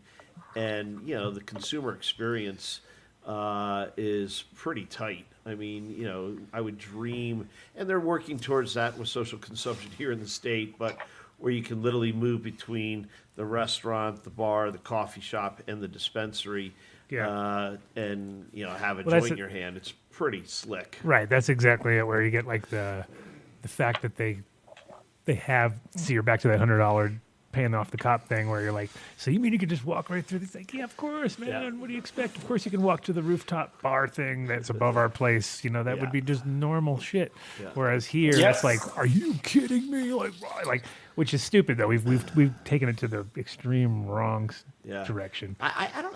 Has there been much progress? I know of one of my close friends and associates is in the process of opening up a hell of a social consumption lounge not too far from here, up on Capitol Hill, but it's probably a year behind because of COVID. Are there any high-end experiences here? I have not. Now, of course, there's no experiences, right? Because where we're at. But no, not really. No one's taking that sort of that line yet. There's the coffee joint in these places that just sort of dabble and have their tiny little Which is crazy because you think like if one person cracked the open that someone would be like, hey, I'll make it a little bit better. Yeah, but better. there was the guy from Ween or whatever opened that one for second and then it closed down. That was on Colfax, right? Or something. What was that Was Italian? it on Broadway? joint? Oh, on Broadway, yeah, sorry. It was on Broadway. Yeah. It was like Was that the had a Italian weird restaurant? Oh, no, not the Italian. Oh, Jesus Christ. Are you giving away? Holy shit. No. Rule break. Breaking the rules, kid. No, not that place. Of course What not. Italian They restaurant? I wouldn't never do- even had Italian. Holy This fuck. Put the kid. muzzle on. Dump his mic, Mark. Dump his mic. Yeah, right? I feel bad It's for it. that's It's like, booze talking. You're drinking booze right there, right? Hey, you love it's your a beers. It's a hard seltzer. Right, of oh, course. wow. Look at you, lady. Yeah, it's bad. Anybody who got, like, because you were in the bar industry, can you, I mean, you must know a lot of people still who just are losing their shit right now because without having any kind of, like, restaurants are definitely going down, bars. But, like, for instance, the Mission or whatever that just opened over here, I mean, they just dumped, I don't know how many millions into that. And that hasn't been open since this whole thing. I mean, Yeah, it's great. I opened a restaurant in the middle of pandemic. I mean, I had been 11 years since I had owned a bar, but You're like, hey, this is a perfect opportunity. well, I describe it as a private social club that is currently occupied by a restaurant because I was not going to go through another year of locked in my house. And so worst case, we would have papered the windows and swung from the chandeliers. But we opened in August, and we crushed it. It's got a tremendous amount of outdoor seating. It's down off South Pearl across from Izakaya and Sushi Den, so we had a built-in audience there. But Sushi Den, perfect. Like, yeah, let's bounce off that. 1,000 people standing outside. And so we shut down just about a month and a half, 2 months ago, carry out only. But we opened back up yesterday, and really? I can't believe how tolerant people are and willing to sit outside. I mean, I will not sit outside and spend money on a meal and freeze my ass off. Yo, you're not kidding. And Makes any sense to me. I know. Last year, that would not have been the case, right? I mean, even myself now, though. I mean, I feel like you guys probably feel the same. I mean, probably not Adam, and he doesn't really feel the need to really go places anyway. But me, I like to go out and sit at a bar and drink a beer. But for real. But when I drive like just down here, if you're like across from the Indo Expo, Yeah, of course. there's a bunch of new restaurants down Yep. there, right? And I drove by the other day, and they had like about 8 or 9 tents, and they were all set up. And I was like, okay, well, basically from the outside, it's a homeless camp, but it's really a high-end restaurant. So like, it doesn't really, and I can see that there's. It's inside outside. Yeah, but it's like, outside, but it's inside. But my whole There's a thing is, restaurant. There's a restaurant right near me where we drive past. I think it's called Murphy's, and they have no indoor seating, but outside they have 4 igloo tents. It's inside outside. Like 5-person igloo tents. Yeah. And I'm like, that's just not right. Well, you can't eat inside. You That's can only exactly what eat these are. outside, but it's okay to eat inside as long as inside is outside. So you're fine. I mean, Look at you trying to be funny. well, when I look at the bubbles, It works. and I'm like, okay, so you're inside the bubble. Yeah, we didn't fuck with any of that stuff. And the last people just left. What did they do in between you and the last people? So like, are you just going into like the funk bubble of just like, oh yeah, just suck that shit right up? Like, there's no proper ventilation in those things. It's all just We've seen a lot of people also consuming cannabis outside because it seems to be. Well, that's a good thing. If you Yeah, can do it's that. good. Yeah, I like exactly. that part. I like that part. Like, if you can, now that changes everything. Yeah. Shit. I want to hear about the restaurants. What's going on over there? What's going on? What kind of food do you serve, and why didn't you bring it into the studio? What are you trying to show us with your? I'm watching the chat right now. I see James is in here. Oh, okay. Sorry. I thought you were just showing us your bad continue. handwriting. continue. Like, Yeah, okay, look at that. it's really bad. I can't read it. Terrible. But Continue. continue. Hey, thanks. Oh, I Adam didn't Dunn cut you show, off. not the kid show. It's the kid show. You Hey, could have continue. just kept talking. You're the one who stopped. You know what I mean? Damn. If I'm invited back, Sure. Dave, Damn. I will definitely bring in some good quality food. And better yet, or equally important, we have 10 craft cocktails on draft. Do you have bagels on? Do you have bagels on draft? We do not have bagels on draft. No, but you got a master bagel maker on the. I don't know if you know. I don't know if you know about Dave, his. yeah. Do you know it? Did you know back in the day? Well, I knew that he's always been a baker because he used to try and sell me a cake for every special event that we did. He and his lovely wife. Yeah, his wife actually did all that. Those were. He was just hustling. He was a cake hustler at that time. Yeah. No, now he's actually truly a bagel master. Yeah. Baking, Really? I didn't know breads, that. all that stuff became very. You don't pay in attention to vogue. anything. That's why you don't know. No, that. no, no, Like, no. I knew You don't that watch the show, Mr. never- the Kid. yeah, you No, just no, I gave know it- that your wife makes cakes because I saw like your birthday cake and stuff like that. I remember. But do you make the cakes? I guess is what I didn't know that you partook in the Yes, cake making. with a French She maid. does all her own cake stuff on occasion. That's all. I That's have all. I'm saying. baked a cake. No, he's bagels. But no, he's all bagels. I got Look at bored. him. Look at the guy. He's obviously all I bagels. asked He's him for his obviously bagel recipe. at least 50% He left bagel. me on red. He left me on red. Whoa. I said, "Hey, can you send me that you see bagel that? recipe?" And he read it and left it right there. Won't share the bagel I'll recipe. give him. thought it was I'll all share in the my water. bagel recipe. They look good, man. I'm not gonna lie. They look really, really good. I like making them. You know, That's good. we They gave look away. good. We gave away 8 bagels last week on the show. I think. Right? That's awesome. I was really high. I don't really remember. Yes. But I'm. No, really, for real though. They look really good. They look really, really. I'll solid. make you It's the some only thing bagels, Nick will Trip. eat. No, It's the so only thing then- my kid will eat now. It's like kind of sad. I'm like, you want a bagel? Yep. And I'm like, all right, do you want anything else? Nope. I'm like, wow. Dave, you There's something very comforting about that as well. I might have to think about that. Make some sort of bagel sandwich. I don't get everything. It's not only my restaurant. I have partners, but having spent a lot of time in Philadelphia, Ryan, all I want is a Philly cheesesteak on the menu, and my chef is some fancy pants. He's like, we can't have a Philly cheesesteak on the menu. But if you do it right, if you get like some prime rib and chop the prime rib Charge up. $30 for it. Somebody feels better. Mr. the Kid. Mr. the Kid, do not advise on a Philly Mr. the cheesesteak. Kid. I You like just need- that. I like that. You just need to order the bread from that company. Yeah. And then the Agreed. cheesesteak you can do. Trip. Do you guys remember Pat's? It was a bar. King that of was on- Steaks. No, not that Pat's though. It was in Denver. Yes, Pat's in Philly, but it was a Pat's. It was a separate company. It was in Denver. It was 15th, and oh my god, I can't remember. It was right off the 16th Street Mall. But he was a Philly guy. Yep. And I it was a know bar. exactly. It was an Eagles bar. Yeah, it was Big Eagles bar. downstairs. Yep. Yeah, right And next to the he delectable had- egg. He had great cheesesteaks, man. And the only other place in Boulder I could get them was D'Alessandro's. Yeah. They're East Coast dudes too, but a Philly cheesesteak on your menu would be a hit. I mean, it's just crazy how many people from the East Coast. We're not here to are promote the in restaurant. Denver.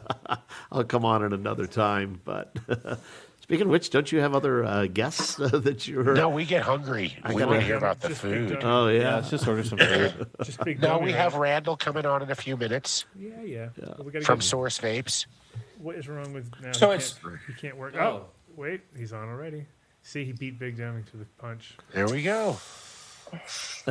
Almost. He's almost there. He's getting close. I want Almost to make there. room for your next guest, Adam, and I can't tell you how much I Thank you, appreciate. Trip. No, we and definitely certainly Dave. need when Dave's allowed. When Dave actually comes out of his house and comes to the studio, then we'll make sure we can have a big get together. But in general, yeah, there's also having you here and sticking into the industry. I mean, the whole thing about this thing is like, like you said, you thought it was going to be a quick buck. That's not true. We know that. But I think you probably also caught a little bit of the because if you're doing edibles and stuff, and you've seen how it goes. Like you're helping people. Yeah. Oh my goodness. It's an amazing group of people to help in the sense because you got like medical people that you can help, but you also got social people that you can help. And I think in the long run, that's kind of the key is if you can kind of make it work long term. And Yeah, I mean, brands has become an incredibly important role. We talked about, not just the edibles brands, but now we're talking about the dry flowered. We were talking, using TCAL as an example. But I think all of it is important. The next generation may be psilocybins. I mean, it's all trending towards brands. And, it was an honor to build that brand alongside a lot of very committed people. Yeah. And you can take all that we've learned from the space, the cannabis space, and apply it to the next generation. isn't it funny of how that products. works? Like it's like, oh, we can do that. Like we've been through that. Like once you've seen like the cogs and how they work, you're like, Okay, well, good. I think actually all that hassle of learning the hard way is now maybe going to, make sense for the next generation. So, well, it's cool. Like I said, great having you in the much studio. respect. Thank you so much, Adam and Mark. And you said what? February what? February 1st is when you're off your. I finished my cleanse. All right. Well, we can at your earliest convenience. For sure. We'll get you in the studio again and prove to everybody how much you really. Maybe next time we're doing a big edible challenge, we'll get you in here. We'll see. Right on. I'll be smoking. I'll be drinking, and I'll be consuming. We'll put you to the test. Dave, I love you, brother. Thank you so much. Love you too, Trip. Ryan, a.k.a. the Kid. It was great to Mr. Kid is now Mr. Kid. From now on, Mr.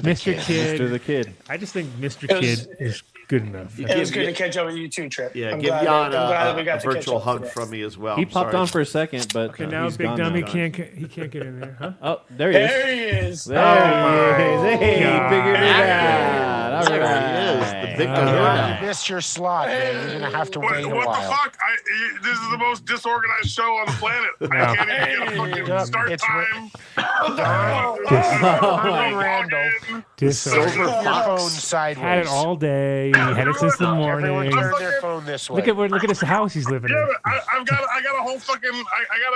I'm trying to use my computer and I can't use it. Look at him. He's Are the you in a silver trailer? fox. Right? I mean, That's a trailer. I know. You like that? Yeah. You like that, Trip? Looking good, right? Looking good. Great to see you. stress. He sees a lot of stress. And Yes. Mucho estress. Somebody just hit that vape. Oh my God. All right, Where guys. the Thank you. hell? so Trip's on his way out. You better get it in quick. Later, brother. Yeah, Later, later. brother. Good to see you. I'm gonna ring you this week. Next week, excuse me. It's long overdue, buddy. Proud of what you've done. I had a great chat with Ryan today. So you're next, brother. Good, brother. Good to see you. Say hi to shout out Chucky for me. I will indeed. Much love to everybody. Thank you, bud. Love you too. Thanks, Adam. All right. Thanks, Trip, for sure. Thanks, Trip. Man, it's Now, crazy. could you send me the freaking proper link so I can get on without my phone? I'm What do trying you to roll mean? a joint What do you one-handed. mean? There's man? no proper link. That is the That link. is Wait, the well, link. why are you? Wait, hold on, no, wait, stop. And now we have why Randall are you trying here. to roll it one-handed? Just put the Because phone I'm holding down. my fucking All right. phone. But just put the phone down on something. Happy mute You year on use short Randall. people. We'll You get use you in a things second that work. here. I put it down All right. like fucking hell. Put it on the top of the fridge. There. Put it on top of the fridge. There. And you'll be Who do you good. want me to mute? You know, There. when, Why do you have somebody in the trailer park come over and hold it for you? Listen to Jan come in, tell us how disorganized we are. And then I already knew that when you got here, you were going to try to take over the thing. You're going to be loud. You're, when you I explained when you were like- we had to mute Willie last week because Willie was out of control.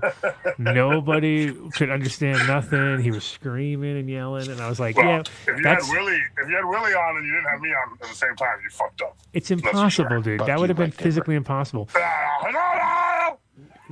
I think you guys were on, but Jesus they were Christ. muted, and you No. probably didn't know they were going. So. No, So I got No? a quick question because I know everyone wants to get over to Randall and Source, and I want yeah, because we don't want to talk to you anymore because right? you're a piece of shit. Yeah. No, What? you're the It kid, took you 15 Mr. minutes Kid, to plug in Mr. your Kid. headphones, man. Mr. What the Kid. fuck? You kind of are, kid. So I just want to say kidding. it was funny I'm just because you were like, look, I have Trip coming on this week, and I have Jan coming on this week. Like you got to come on. And I said, I mean, okay, I'm going to come on. And I'm just thinking, I'm sitting here talking with Trip and just seeing Jan now and thinking about how we where everything started. And I had a couple questions. Well, there's one. green lights. Jan probably doesn't remember. Jan probably doesn't remember. Jan, do you remember the first time that you met me and what you said? Do you remember? Oh, what I said to you? Yeah, he said he thought you looked cute. No way. Probably something like that. Probably. No, Wanted to it make was- sure you guys were on the All same right, team. So here's the thing. So I'm hungry, or you look cute, or something like that. No. So I knew Adam at this point for maybe only like 2 months, right? I was doing the show, and he's like, all right, well, this is when he said he had two opportunities. The one, that's the next part of the question. The one was Viola, and the one was Dixie, right? But he was like, but first, I have to get approval from my partner, and the partner was you, right? So he was like, he'll be here tomorrow. We were at the Hood Lab. I knew nobody, right? So like, I didn't know who Dredd was, who James was, who Derek was. I didn't know any of these people. I had just started hanging out there, and I see you walk into the fucking Hood Lab. Like, I'm like, oh no, this is the fucking guy. Like, oh my God. So Adam pulls you aside, I guess, and then I'm sitting at a table. He calls me over. You pretty much looked at me and said, well, I don't really know you at all, but he says you'll probably be fine, so don't fuck this up. And I'm like, oh my God. Hell of an interview. You killed it. Killed the interview, man. Wow. Oh, crazy. And then Adam said, Adam said basically the same thing. He's like, I don't know him. He might fuck it up, but give him a try. No, the kid was great. The kid was awesome because he came in and he didn't even know. He went in feet first into helping us out without any. He's like, well, I'm actually a video guy. I don't really know anything about sound, but and as you know, if you listen to the shows, fuck it, I'll give it a try. You're like, yeah, that makes sense. That's like he's a really good video guy, and the sound was terrible, but it was okay because it was a good learning experience for everybody. It was okay, and it wasn't terrible. Okay, Plus, if I didn't exist for like 3 years, you never would have made any of your appointments. You still only made half of your cup attendances and all the shit you're supposed to speak at. So that was and then poor Randall. He's like, what have I got myself into here? These fucking guys suck, man. Well, no, he's like, I thought I was coming on a show. 6 o'clock, and they're talking to a guy they call Big Dummy. One more thing. What the fuck is this? Big Dummy and the Kid. Big Dummy and the Kid. Okay. And then Randall can hang out. That's one more sitcom. thing. So this is the first official time I've gotten to do this, and where you guys have been together. Because we were at Indo Expo, and I was with Adam, and I saw Jan, but you guys weren't together at the same time. So as now at 31, right? So I'm almost 31. You guys met me when I was 23, right? So I got the name of the Kid. That's why that's why you're the Kid, because you're eating Taco Bell, and yes, exactly. At this point, I still think about, and it still upsets me. The way that I left off the end of that relationship with Meg. Oh yeah, you were a Dixie. total fucking douche. Look. So like, here's the thing. Listen, you were a typical little fucking cock monkey kid. I was a young kid, right? And came in, learned from the old guys, and then wait a minute, the Kid. Were you part of the Darwin thing? I don't know what that means. When you Darwin left, Botanicals? No, I know that Trip, when he first started Dixie, there were like 4 or 5 chemists that worked for him, or 1 or 5. Yes, I know Bucky and all those guys. Oh, Bucky was awesome. Yes. And one night they tried to hold his company hostage, and he was like, "Motherfuck, you get out, security." No, we weren't part of that, but I do know those. Those guys were there, but that was after we were done. But I do know the hash artists that you were talking about, and they were terrible people. But anyway, no, I essentially, I was. I'm glad I don't remember their name then. I was 24. For some reason, I thought I wasn't making enough money. I wasn't doing enough shit. So I took a job somewhere else growing under the guys that I would leave the operation with Dixie. Kid. And I left there, but I left there with plants about to be harvested, plants in the drying room, like shit that now I would fucking fire my employees on the spot for it, right? Like if you did this shit, you're done. I couldn't imagine ever doing it to someone now. Wasn't Sherd with me? Like, aren't you lucky you're alive? Well, yeah, and you know what? And I'm even more blessed. Didn't you fucking walk off and didn't you tell Sherd and I both to fuck each other? Literally. I think you were very close. Essentially. At the time. And again, Randall, how are you, my friend, sitting over there? Hold on a second. I'm not done. Randall's like, I'm not done. You're not done. The kid. But here's the thing is, this is what I wanted to say, and this is why I think it's important. Okay, never once did that behavior at 24 years old hinder the way that you Jan treated me, Adam, the way you treated me, or the way that Shore treated me. You guys still treated me the same after that, and I still feel bad about the way I did that. And I just want you guys to know that now. Thanks. I appreciate what you guys have done for me because I wouldn't be where I'm at right now had Where's the heart? Where's the heart emoji? Where's the heart emoji? Heart emoji. Heart emoji. For real, I wouldn't be where I'm at right now. Mr. the Kid, the show, and Adam, thank you. You send that 10% of your salary now. Yeah, it's to it. Adam Dunn. Right, exactly. Adam Dunn. That's right. At AdamDunnShowBoulevard.com. Okay, well, I'm with Randall. I'm with Randall now. Oh, yeah, now that we want money, he's like, and. Never mind. All right, so thank you, Mr. Kid. He's Mr. Kid now, by the way.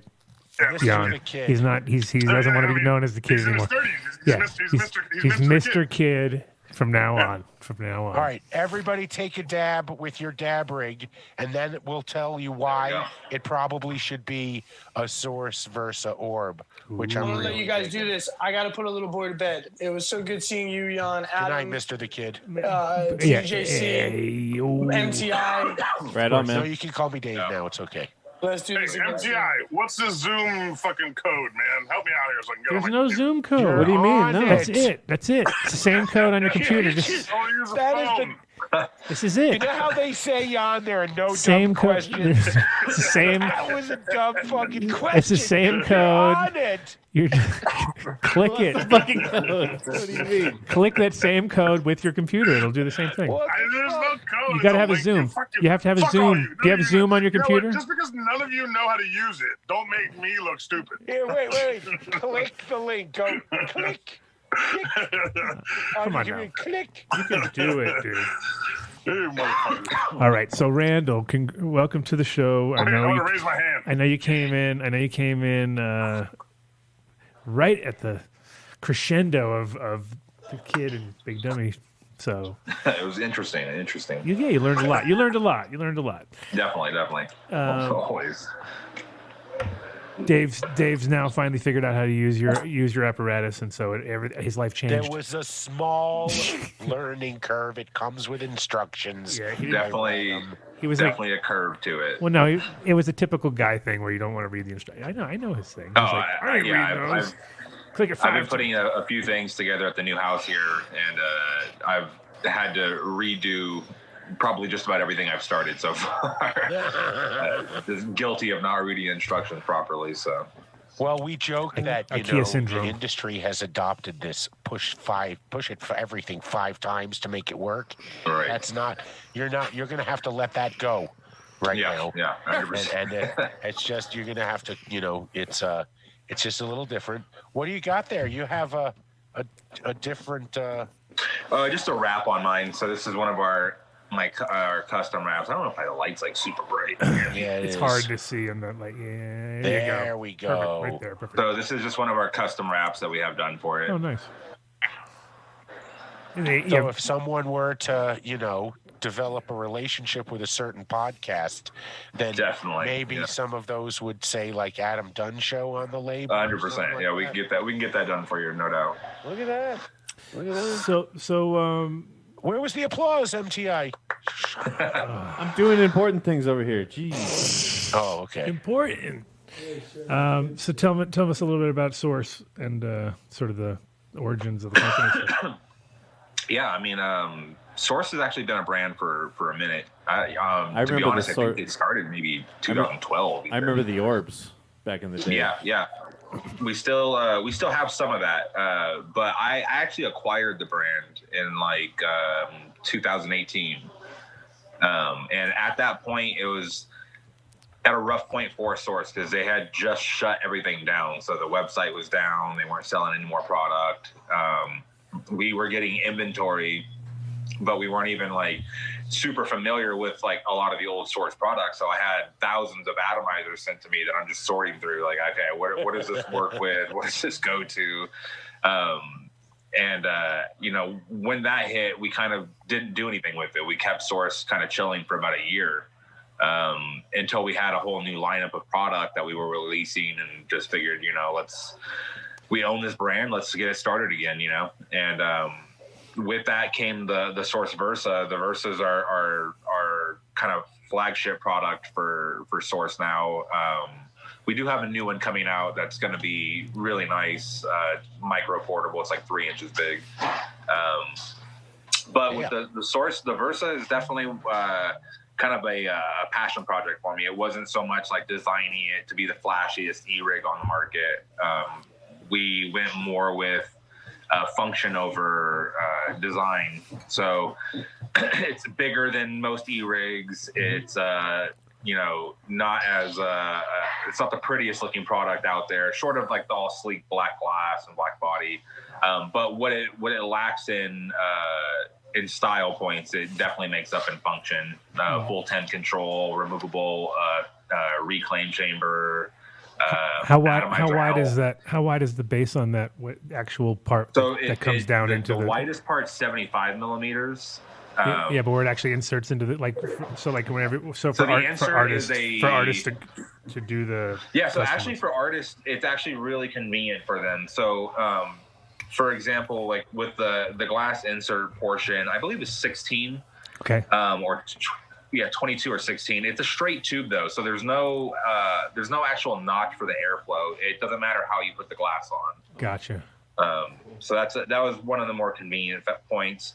One of the other major upsells is the removable chamber. So you actually can reclaim all your wax as well as just completely remove your air path. So if it ever gets clogged on you, you just open it up and clean it out real quick.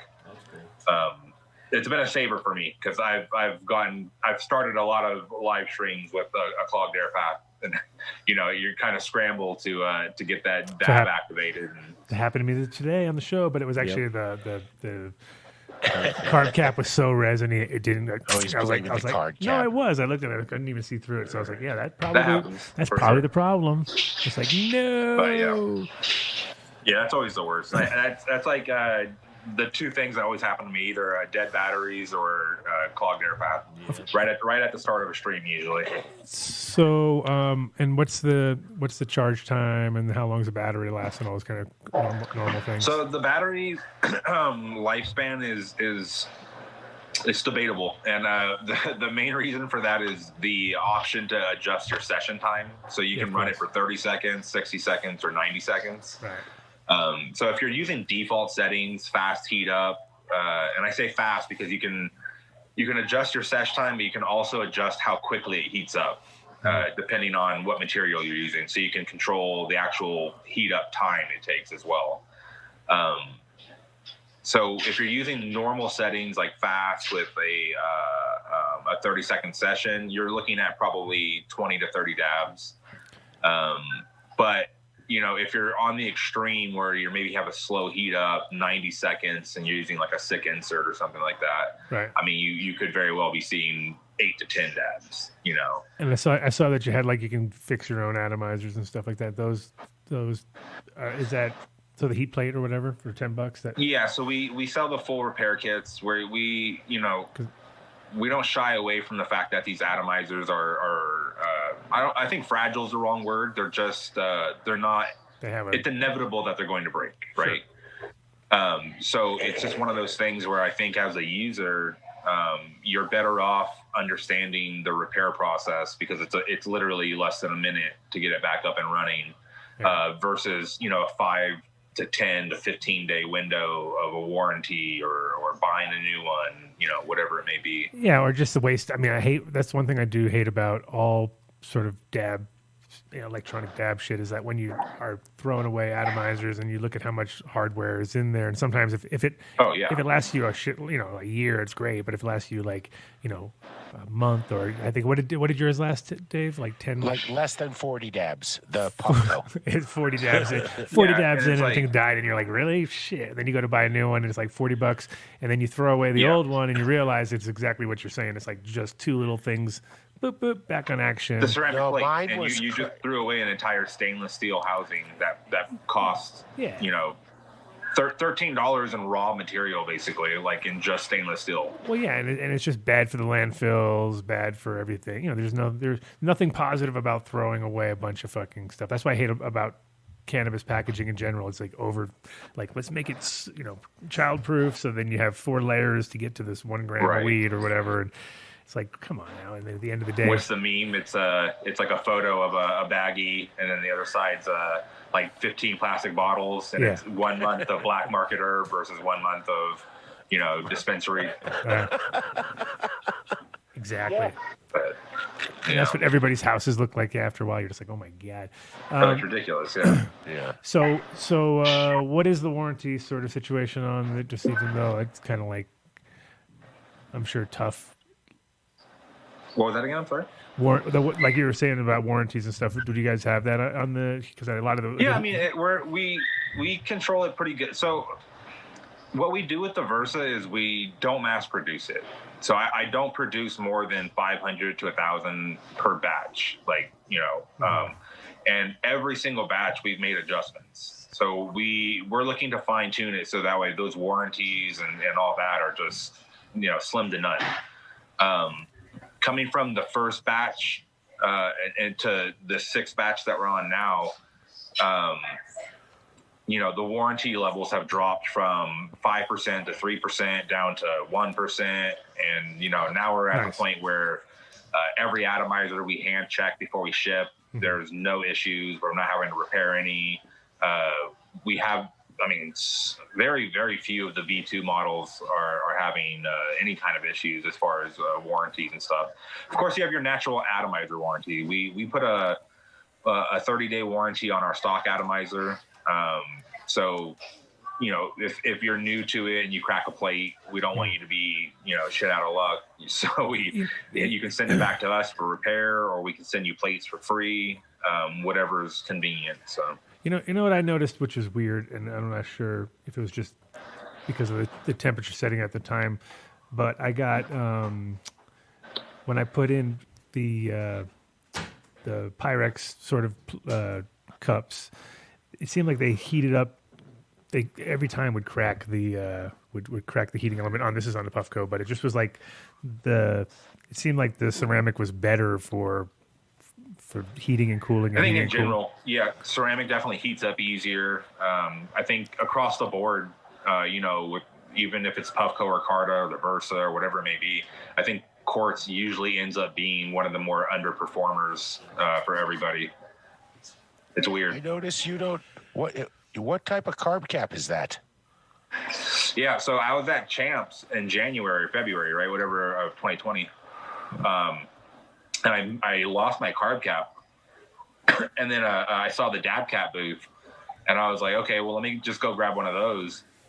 I used it, and it just like forever since then, that's all I use as a dab cap now is the actual dab cap. You know something? It came with my rig, but I left it in the case, which is unfortunately behind my curtain here, and I've just been using the cap that came with the So the stock cap is great, but if you use the dab cap, it's going to change it. A lot more airflow. Oh, I'll try it. Yeah, it's I'll worth definitely try it out. What are you smoking on there, Jan?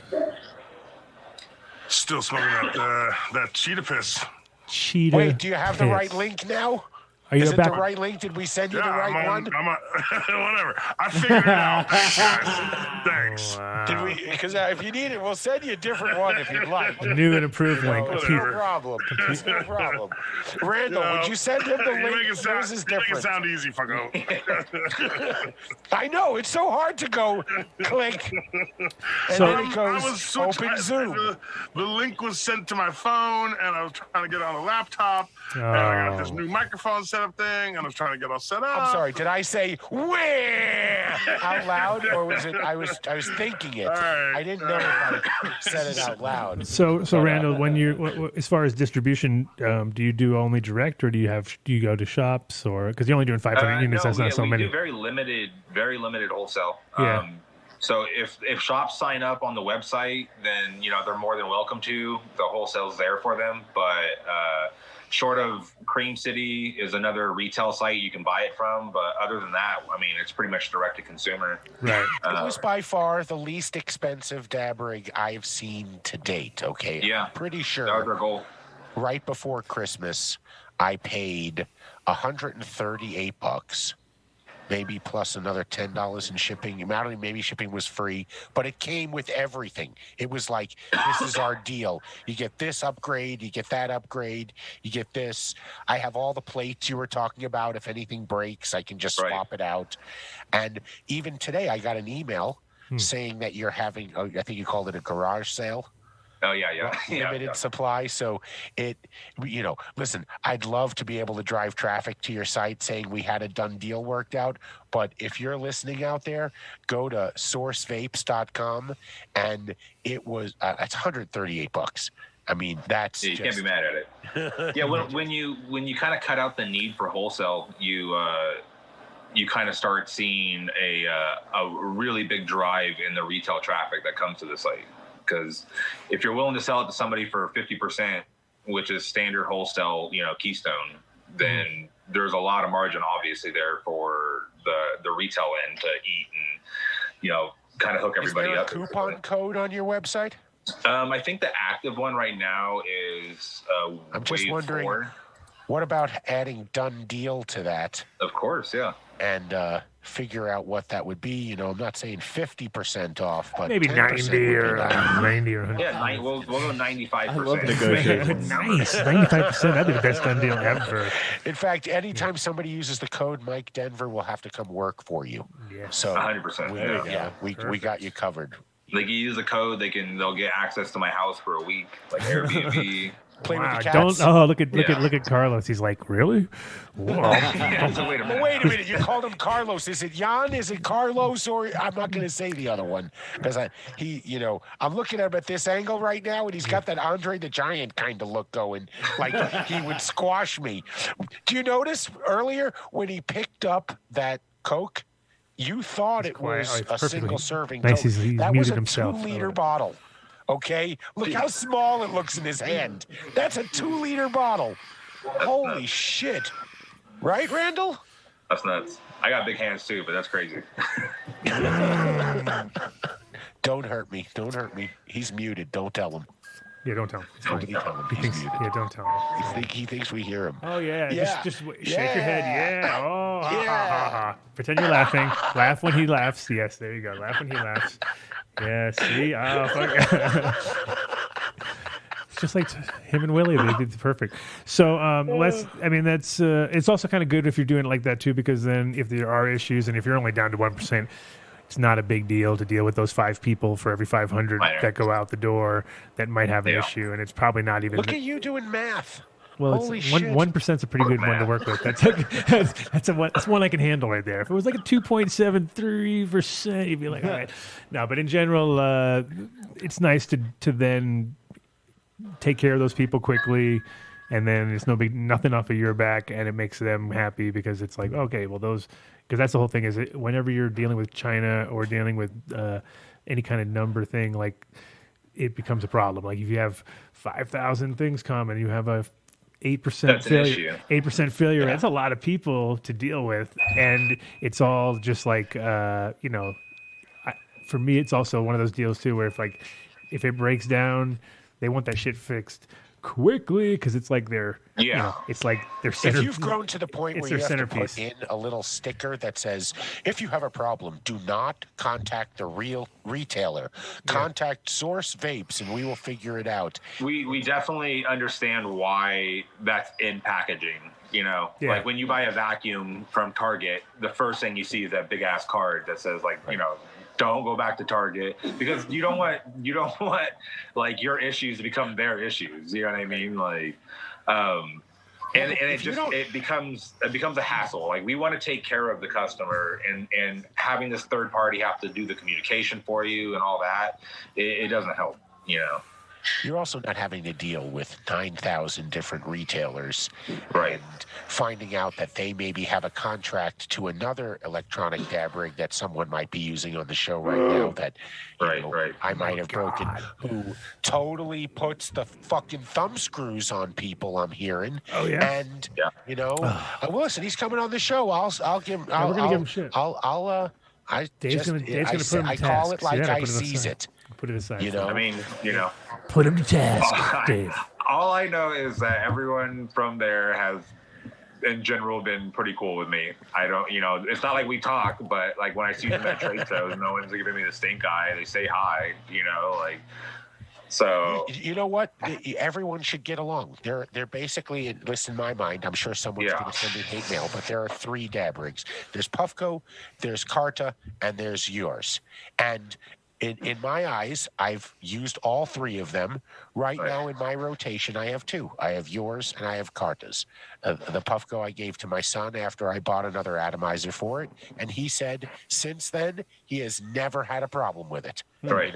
So no, that's the general. I break it after 40 dabs. He's had it for 4,000. I think everybody's stuff has sort of stepped up in the last couple of years, just because it's always like a learning curve with all that kind of stuff, all the devices. Well, I think it's like the learning curve is definitely the main thing, and like as much as people want to do like.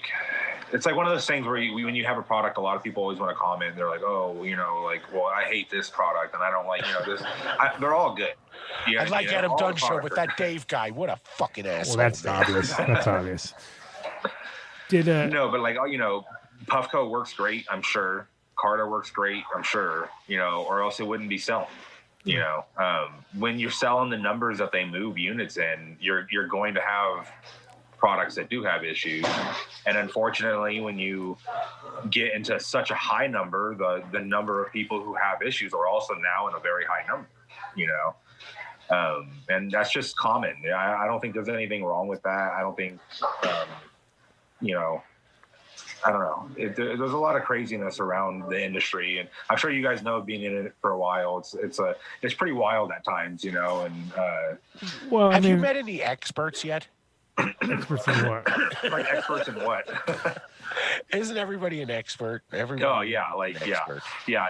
Consulting is the number 1 business in this industry, right? Hey. Everybody wants to be a consultant. Hey, whoa. Only the best. Only the best. Only the best become consultants. No, but I think if you're making money being a consultant, then you're a consultant.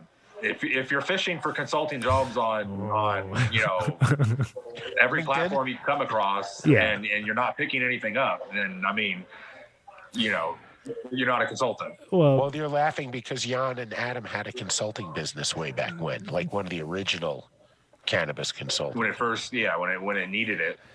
Exactly.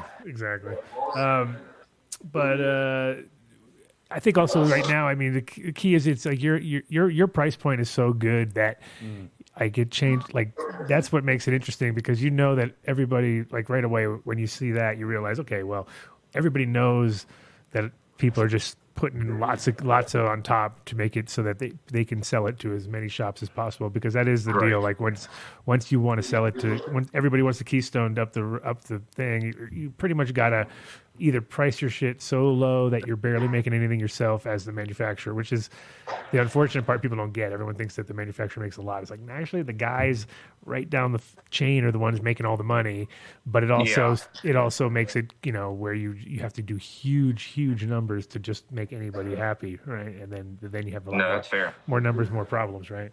So I do like the approach of smaller, more, it's like almost like boutique at this point. If you that's kind of how we want to treat it. Every batch changes a little bit. And we're going to keep doing that. There's no reason to not make the small improvements and try and perfect it to a point where, it's kind of perfect, I guess, in a way, as far as a kit. What's the next one going to have above this one? What's the next improvement coming out?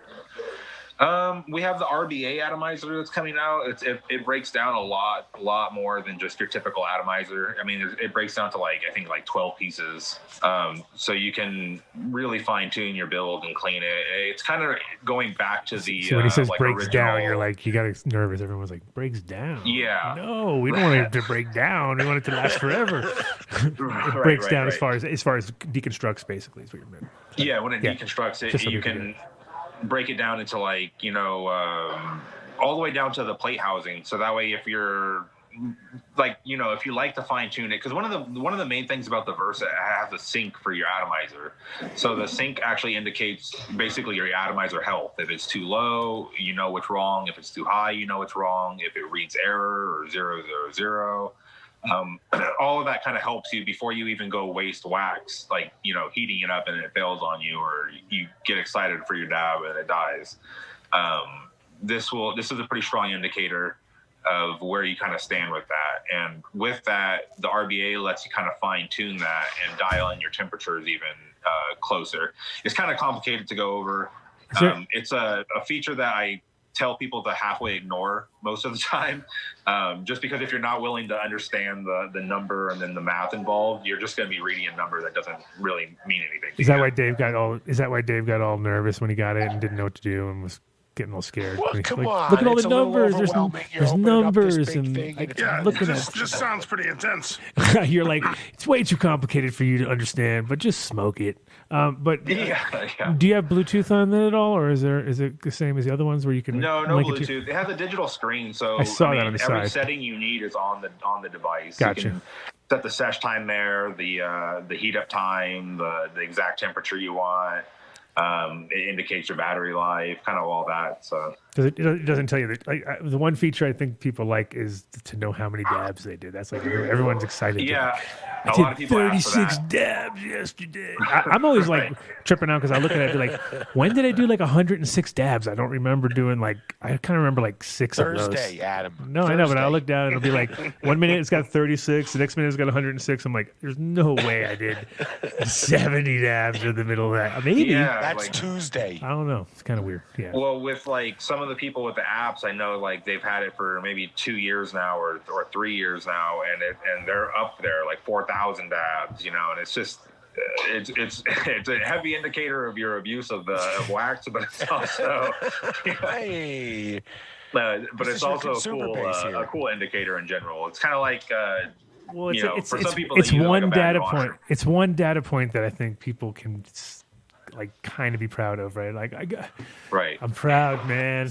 Doing my job. You got to triple digits. I got to keep my numbers. I got to keep my numbers up. What am I at? Right. I got to keep my 25 a day at minimum. So, Randall, how do glass blowers get a hold of you if they want the specs to blow custom tops? 2 or 3 ways. If they want to DM Source Vapes or email info@sourcevapes.com. Both of those will have a PDF that we can send out to you. Or if you prefer a base, we do have some bases that we can send out for fitting. But when you get the PDF, you'll see it. Like the sizing of the down tube is a standard tube. I mean, you're not reshaping anything. You can literally just cut the tube and put it right into your glass, and it'll fit. So who blew the one you have there? This is mind-blowing glass. So one thing I like the glass. The one thing I wish that I saw more of with the Versa from Custom Glass is utilizing the full 75 millimeters. I feel like you're just going to get a lot of water if you start to utilize the fact that the base won't allow you to be top heavy. But yeah, I mean that would be pretty dope. I mean, the thing I think that the thing is that now people are used to doing tiny amounts of water and their rigs, because most people are using like travel size, especially when they're going to use it on the road, because that's kind of like a road rig for a lot of people. So they don't really want a lot of water in general. So maybe people are thinking along those lines. Actually, I like the way that looks for stability. Yeah, this one's definitely nice. I've been rocking this one for a bit now. The stock glass I do like. I like the draw to it, and the perk style is definitely nice, but this has been really nice for sure. It's been hitting well. I like it. Well, how do you get Hubbard glass, and does Jason Harris from Jerome Baker make a top for the?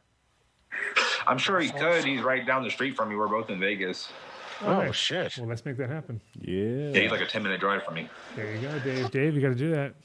Yeah, I'll get you guys in touch. He was on the show last week. That I remember.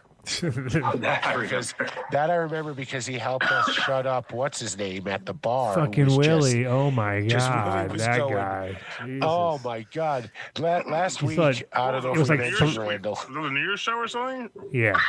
Oh god, Willie called in from the bar. Well, yeah, I made the stupid mistake of saying, "Hey, maybe you should check in around midnight your time." And he had Chaz with him, who was like apologizing for him as we tried to speak, and then he had some Albanians with him. He had some Albanians, Oh, for sure. and he had some whole bunch of guys, and they were like, "Whoa!" All one eye open. Wait, the funniest thing was Was Al there? Was cousin Al there? No, I tried to get out. No, Al didn't go. Al's For scared to go 45 minutes, they were talking to the mic and didn't know that they were muted. Yeah. Yeah. Which was the coolest That thing in makes the complete world. sense. Yeah. Well, because they didn't give a fuck what we were saying. It was all about them, you know? So Jason was very kind enough to tell them to shut the fuck up. And especially... the problem was that at the moment Willie called in was exactly when we were starting the top of our Grateful Dead hour, right? With Dave. And so he started talking about making fake tickets and selling them and fucking, just like I should have been on there because Willie claims I got some of his bunk tickets in Boston back in like 90. Oh, well, you would have been. Yeah, see? Bunk tickets. You don't get into the show. That was like the worst guy. I got bunk tickets at the Garden in like 90 or something like that. He was like, those were me. See, there you go. Yeah, he's like, those are mine. Claim to fame. Anyway, that was like a year. It was about a year or so before I met him, little fucker. Okay, so that was his intro to the top of the hour, right? So it was like, okay, so you're gonna insult a bunch of deadheads and get them all pissed off and riled up, and just 5 seconds before it was all cool and everybody was telling stories and it was all great, and then he jumped in and like, I was like that guy at a party who just like ruined everything. But it was kind of when we had Pete, who was the road manager for DSO, for Dark Star Orchestra for a lot of years back in the day when I first met him. And, we could have gotten into some serious stories. It went off the fucking rails. It was almost as bad as the Randall's dropping in the middle of our discussion. So it was not quite as, it was even worse. I'm still curious what Randall's thing, like, are you, so like, because I don't dab, so, He's too old. Look at him, he's old. But were you saying that you can kind of basically like work on the rig yourself, like everything, like the mechanics or there's no mechanics. It's pretty much the atomizer. Yeah, just the atomizer. So you can break it down for full cleaning kind of thing, and definitely. Yeah, including the air path, and essentially, it's definitely the most. And what about the battery? Are the batteries in it? Can you replace a battery or something like that? No. We opted not to do that. A lot of people like removable battery stuff, but at the end of the day, it leads to a lot more warranties than we would like to deal with. So it's just one of those things. It's like a premium feature, but if we avoid it, we avoid warranties. So it comes with a really long. And how many years is my base? Because I can buy another base, right? Like we put a 3-year warranty on it, so if in a year and a half your batteries aren't working, I mean your warranty covers it. You got 3 years on it, and then if whatever. Because you can tell this guy breaks stuff a lot. Like he breaks things a lot. I just buy another base. Yeah, if you needed it. I mean, we sell bases to the previous customers for pretty much at cost. So sweet. Yeah. Yeah, and like we're saying, $145 about average is sort of like. It's even cheaper today. Go to Source. I know right now it's cheaper, but sourcevapes.com, which is super cheap. Definitely. That's dope. Well, thanks. And in the future, you'll go to sourcevapes.com and enter Dunn Deal. In the near future, there you go. Discount. Exactly. Get that set up ASAP. Cool. Well, thanks for checking in. If you get anything new, if anything new pops along and you want to jump on, come back anytime. Give us a heads up. Definitely. Thanks, man. Bye, guys. You guys enjoy your night. All right, Brad. Thank you so much. Peace Randall. out. Thanks. Bye. And then it was just. See, and Randall went off like that. See, he knew. You can tell. He knew it was zoomed up. Before. He's a presumer. He's not like some people we know. Wait, what? So yes, we're talking about you. Yeah, you need to get. I'm struggling in my fucking love the fucking light, how it glares on your head like that. It's kind of like mine. It's pretty sad. Yeah.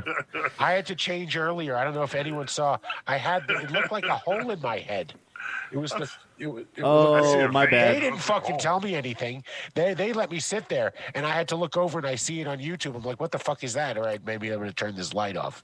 That was But my. thanks for the heads up, Mark and Adam. Appreciate it, guys. I wasn't looking at you. My bad. I barely kept my eyes open. No, it's from the green screen. It's from the green screen stuff. It's the green screen. Blame the green screen. Green screen stuff. So we still also have Waiting in the Wings. I've already sent him the link, so he should have it. Hopefully he's listening. Kevin Longo, who is going to jump on at some point. He's from Glass Cabinet, also Canna Cabinet, which is in Pueblo, has been there for years. Him and his dad put together this great shop.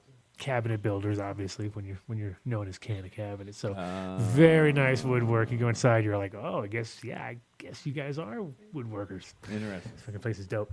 But now they're opening up a glass division, and they're doing an online store, which is going to be sponsoring the show and giving away monthly. We're going to be giving away some sick pieces. I'm sorry, you got to go back.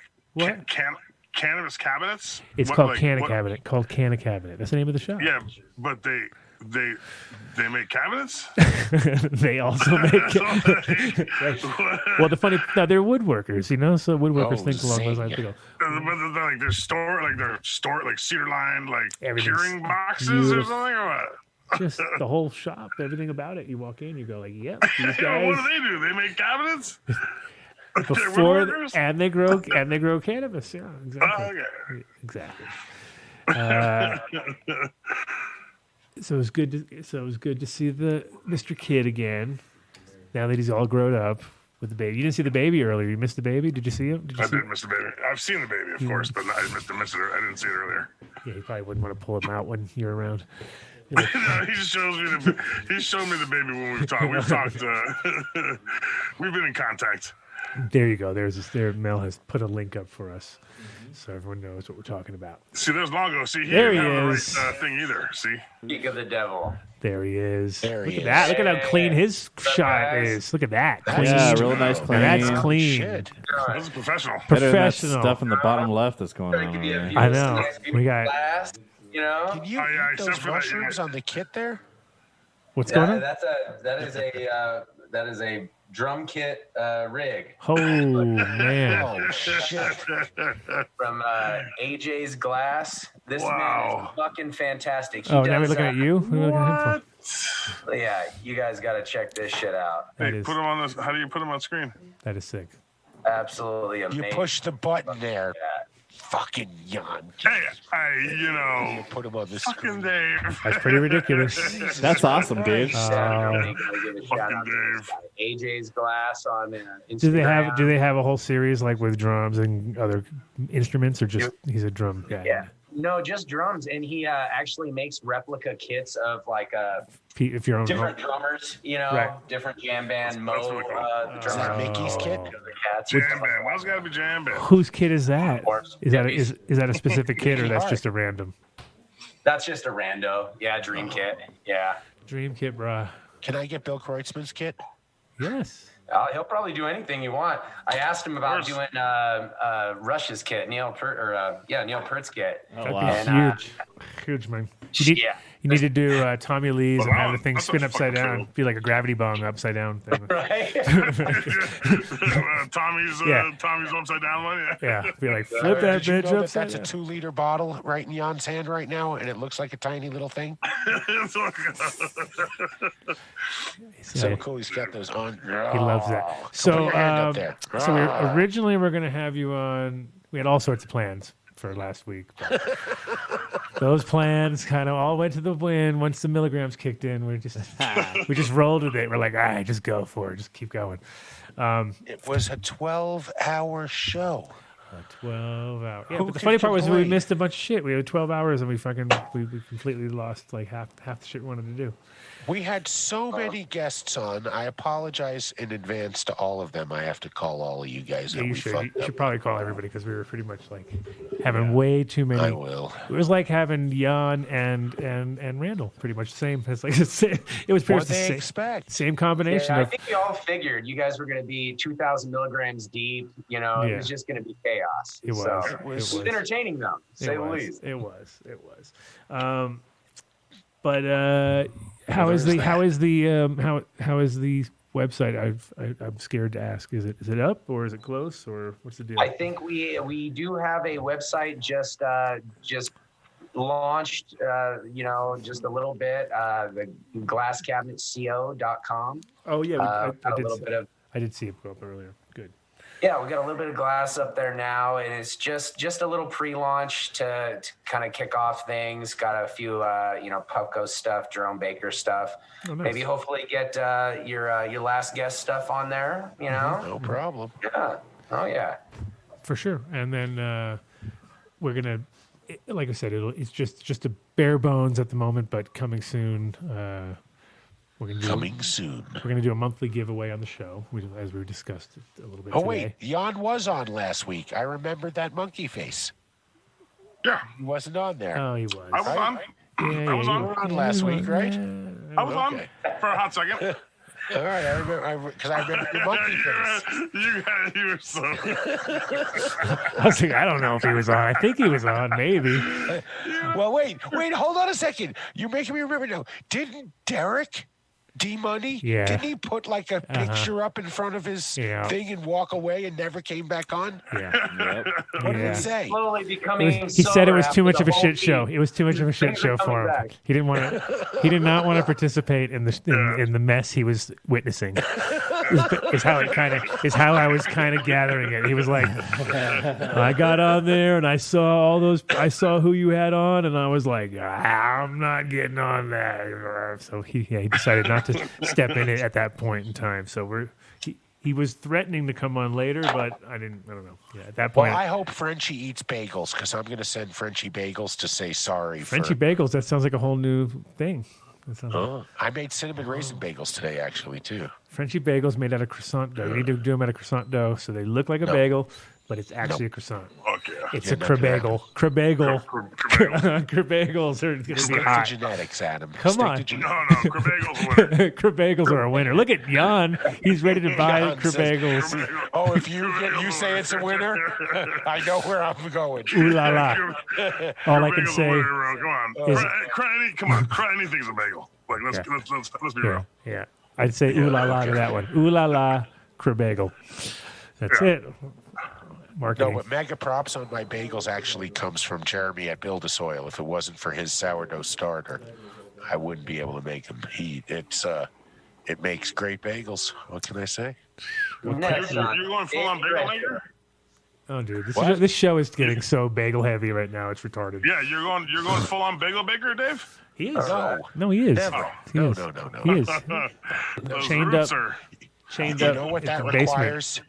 That requires work. Yeah. Totally goes against what makes me happy right now. Time to make the donuts. It'll be a whole new thing. I like working one day a week here. That's it. So, are you going to have a physical shop too at your place? Like as far as just the corner, or are you going to have another space, or are you taking?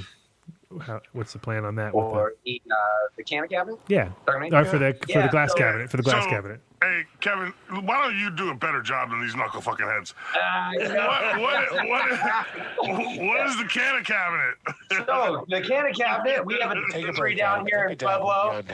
We've been down here for about 6 years now. We've had a medical place and just went rec 3 years ago. Okay.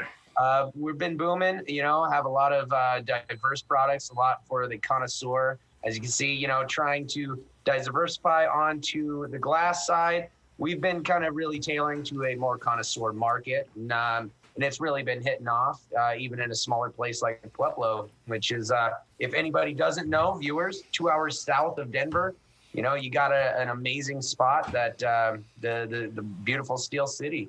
And we're going to have a brick and mortar shop down here, as well as doing our online store as amazing Mel is putting together for us. And Is that going to be in the same? Is that going to be in the same spot, like next door, or are you going to? Yep. You we got that pretty much perfect have a spot for it. cannabis compound going on. Yeah. Cool. That's awesome. That'll be dope. That'll be dope. Just pre all this, pre-COVID and everything like that, we were planning on turning this glass store, or the place that we were going to have the glass store in, as a social use club. But that kind of sort of seems like it's kind of fallen by the wayside until, you know, everything. Social use in general. Just the word social is bad, evil word. Don't say so. I know it's hard. You don't want to call it a bar or anything like that, but we wanted to have shows and things like that, and have it more of a social place, a gathering of, you know, travelers and different things like that. Yeah. Kind of like what Hood Lab used to be. You know, I loved the example that you put together, Adam, and back when you could just have a big sloppy mess like that and get away with it. And now it has to be all corporate-fied and 6 feet distance, and oh my God. 6 feet. Oh yeah. Yeah. Would not be fun to be running the same style place or trying to run the same That looks style healthy, place. Jan. What's he doing? Way healthy. He just drank the whole 2 liters? Yeah, I know. Unbelievable. Just chug a lug. It's not a fucking 2 liter. Yes, it is, man. Don't lie. What are you fucking saying? It's a 4 liter. A 4 liter bottle. Oh my God. What the fuck? I don't know they made a 4 liter bottle. Edition. I didn't know they made one so big. Costco. It's a Costco edition. It's Costco Coke. Edition. Oh yeah, it comes in 4 liters at a time. You got to buy 12. You got to buy 12. First soda I've had in a long time, and I quit smoking. Yeah. Like fucking almost 2 months. Somebody hit the bullshit button. First soda I've had. Bullshit. I'm glad you quit smoking, but give me a break on the soda. It's not your first soda. I don't do soda. It's the first one he remembers drinking. Like he's blacked out drunk a few times. He couldn't drink whatever the fuck. I really don't. Every fucking blue moon. Every blue moon he sees, he drinks. Every blue moon he sees, he drinks, and then a Coke. People wanted to know, can they send hate mail to jan@bigdubby.com? Yes. It'll come back good. Quickly. I guarantee. It's all forwarded to Charnick anyway. Yeah, okay. Send it right here. I get it. I'm gonna put an auto forward on my. So Kevin also donated some of the prizes last week. Thank you for that, Kevin. And did you have online photos of those, or did we ever figure that out? I don't think. I think we sent them off. I think Mel has a few of them, but you know, they're just a few little random pieces, odds and ends, and you know, it's kind of better, you know, get a little surprise package. Oh yeah. We have 5 of them coming from a good buddy of mine, glass blower named Poppy Blanco. And he's sending out some real nice chillums to 5 of the winners. It's coming back to me. That's right. We gave away more can of cabinet prizes than anything else, right? Exactly. It was like, bam, right? another one. Exactly. Thank you so much for that. And everybody, you have to take pictures with whatever gets sent. Send it in, post it on social media, share it with your friends. Glass cabinet or can of cabinet. Absolutely. Please do. And Mark, I'm sure will put up the links on the Mel's already got that all. Mel's already got it all. Handled. Bam. It's been going on this whole time. Yeah. Amazing. Whole time. Amazing. Have no fear. Good shit. And then, like we said, we're going to try to do like a once a month giveaway. And so maybe that's when we'll get all creative and do our and make time for those video ideas we talked about and things like that. We'll get all glass creative. Try to help you move. I like that term, glass creative. Glass creative. I don't know what the fuck whatever that means. But it'd be good. It'd be really fun to help you. Trying to get just trying to integrate, glass with the breeding crowd. Obviously we need this little integration of the beautiful art with the beautiful art that we're doing. So it's kind of a good mesh. That should be. You would think so, right? But then again, I've had times where I've been like, you'd think, like we've had a lot of times where we had glass like heavy shows, and then the weed people don't like it, man. It's not weedy enough. I'm like, what are you talking about? It's a glass for smoking weed. They're like, yeah, but it's not. It's more about growing, man. You got to talk about growing. It's got to be about organics. But so we get a lot of amazing art out there. I love it. All taking plays on each other. And that's what's kind of amazing. I like when there's collabs. So I like when there's overlap and collabs between people like that. And that's what was kind of cool about doing stuff in for Cannabis Cup in Amsterdam, is that you get these glass blowers that would, the minute they would collab with a seed company or something, it would make sense because they'd have to there'd have to be some sort of synergy there, and then it would, like we brought over, or we didn't bring over, we just managed to work with some really fucking top people back in the day coming through, and it was always like the people, a lot of times with people who are like, because glass is so expensive that if you, to the average guy, right, if they're looking at it like, how much did you, especially in Amsterdam, people are super cheap, right? So they'd be like, how much? You'd be like, it's like $400 or $500. What you talking about? And they'd be like, oh my God. And they're calculating in their brain, like, I could smoke for 2 months with that, and it's like, what? Yeah, but just come on, look, it tastes so much better. You're trying to explain to them the virtues of glass, but for the most part, it was always like a money thing, and people get scared that they're going to break it or something like that. But yeah, I mean, what was that like? People with their workhorses, glass can be a workhorse or it can be a work of art, and I think a lot of us who take smoking seriously, or have gotten to the point of past the just simple appreciation of rolling a joint, you want to just take pride in it. What I've kind of said a lot of times is when we're smoking some of these amazing rosins and all the fantastic things that are coming out in our industry, are you going to put champagne in a Dixie cup? Mm-hmm. I mean, really, I think people are coming to that conclusion that you don't want to put trash, or you don't want to put amazing good things into a plastic Pyrex bong, bro, with dirty ass fucking right. Well, that's the thing, is like a lot of times you get like a bowl, like a lot of bowl, like people hand you a bowl and it's like, I don't know, man, it's gonna taste like that bowl, you know what I mean? It's like if you have, so there's good and bad sides to glass, I guess. It's like, how many times have any of us went around and somebody tries to pass us a piece and it's like, oh God, no, that thing's way too damn dirty. I got my own. Can I just pack it in mine? So it is one of those things that, a lot of us take pride in, but we kind of just neglect the thought about it, I guess, or it's kind of just on the on the side, that people just. Well, I mean, the thing is, it's like, it is like you're saying, as far as art goes, yeah, there's amazing glass art out there that's, sometimes ridiculously priced, of course, but it should be, of course, because it is like amazing work, especially like the millis and stuff that you see, like you're just looking at it like, how in the world are they even doing this? You know what I mean? But then again, how do you create, rat fink in a milli like that? I mean, just absolutely phenomenal. Wow, it's skill. You guys do this. Huge. Didn't I see you at the Vegas Glass Expo? Oh yeah. Yeah, that's where I saw Alex Butaba glass for the first time, and that guy, I really want to get him on the show. Holy moly, what he does, it just blew me away, Phenomenal artists, and their influence is from us. I mean, if you really come down to brass tacks here, when they go into gardens, when they're smoking the products that we're creating, is what's giving them influence to create these things.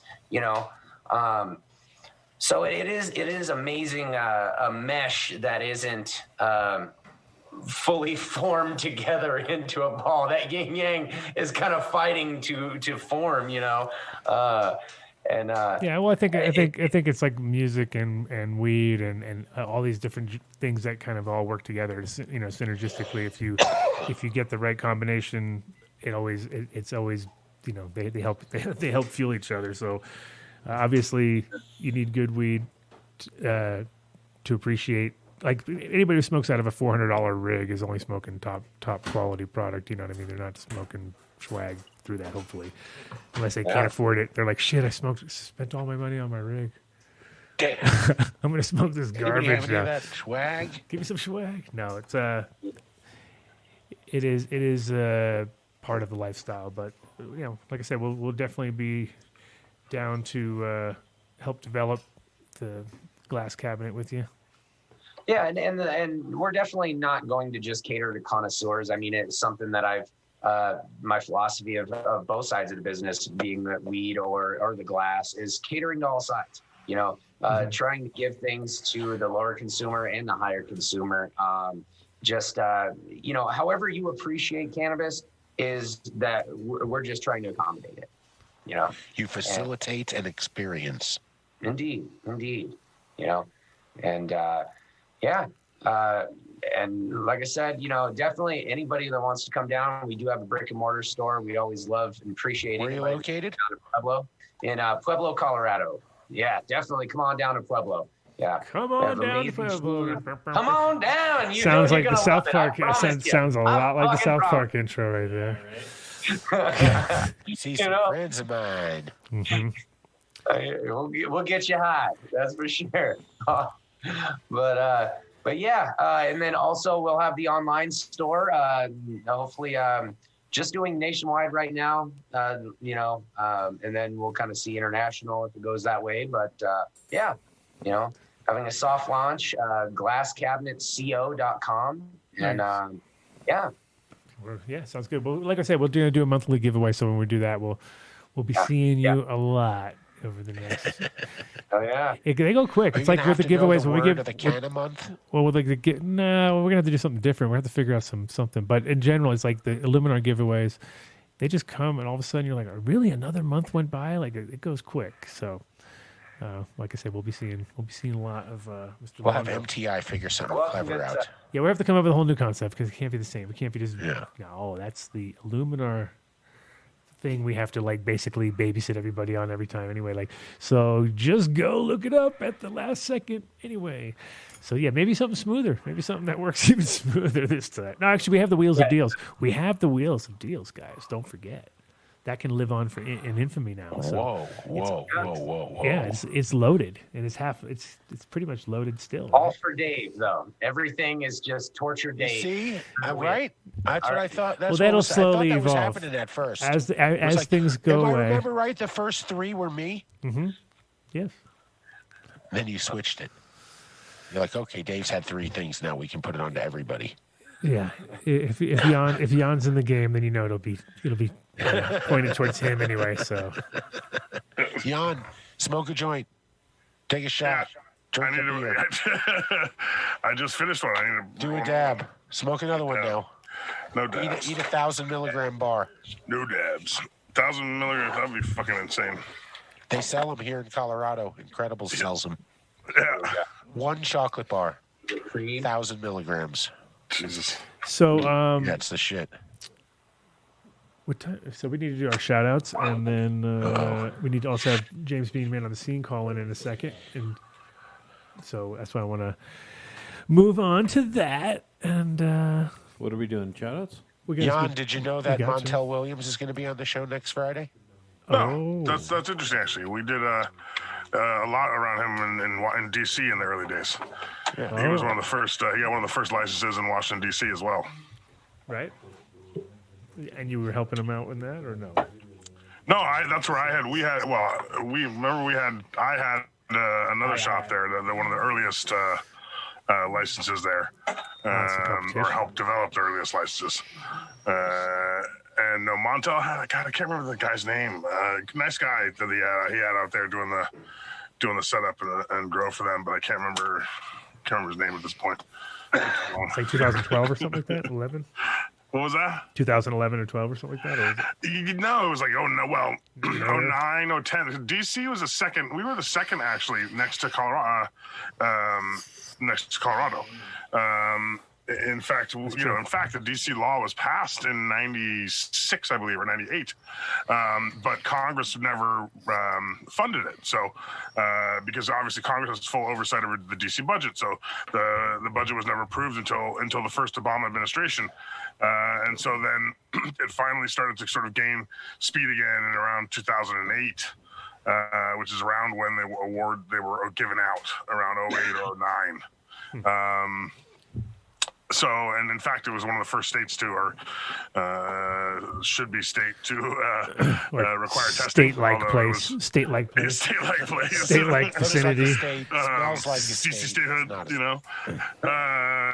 But yeah, it was one of the first states to require testing. It was a very, very strict program. It was overseen by the Department of Pharmacy, by the Department of Health, DC Department of Health, Board of Pharmacy, I believe it was called actually. Can we ship New Millennium nutrients there? To DC, yeah, for sure. There? Yeah. There why you not? go. Look at you. Why Look wouldn't at you you go with it? segueing out. New Millennium Nutrients. Man, that was so smooth. I wasn't even ready for it. Oh, wow, dude. You're like a DJ now, bro. You're like DJC. Maryland. Whoa. DJing, bro. Man, you're that's like, heavy, you're like man. new millennium. Yeah. Oh shit. Yeah. Amazing products. Super easy to use.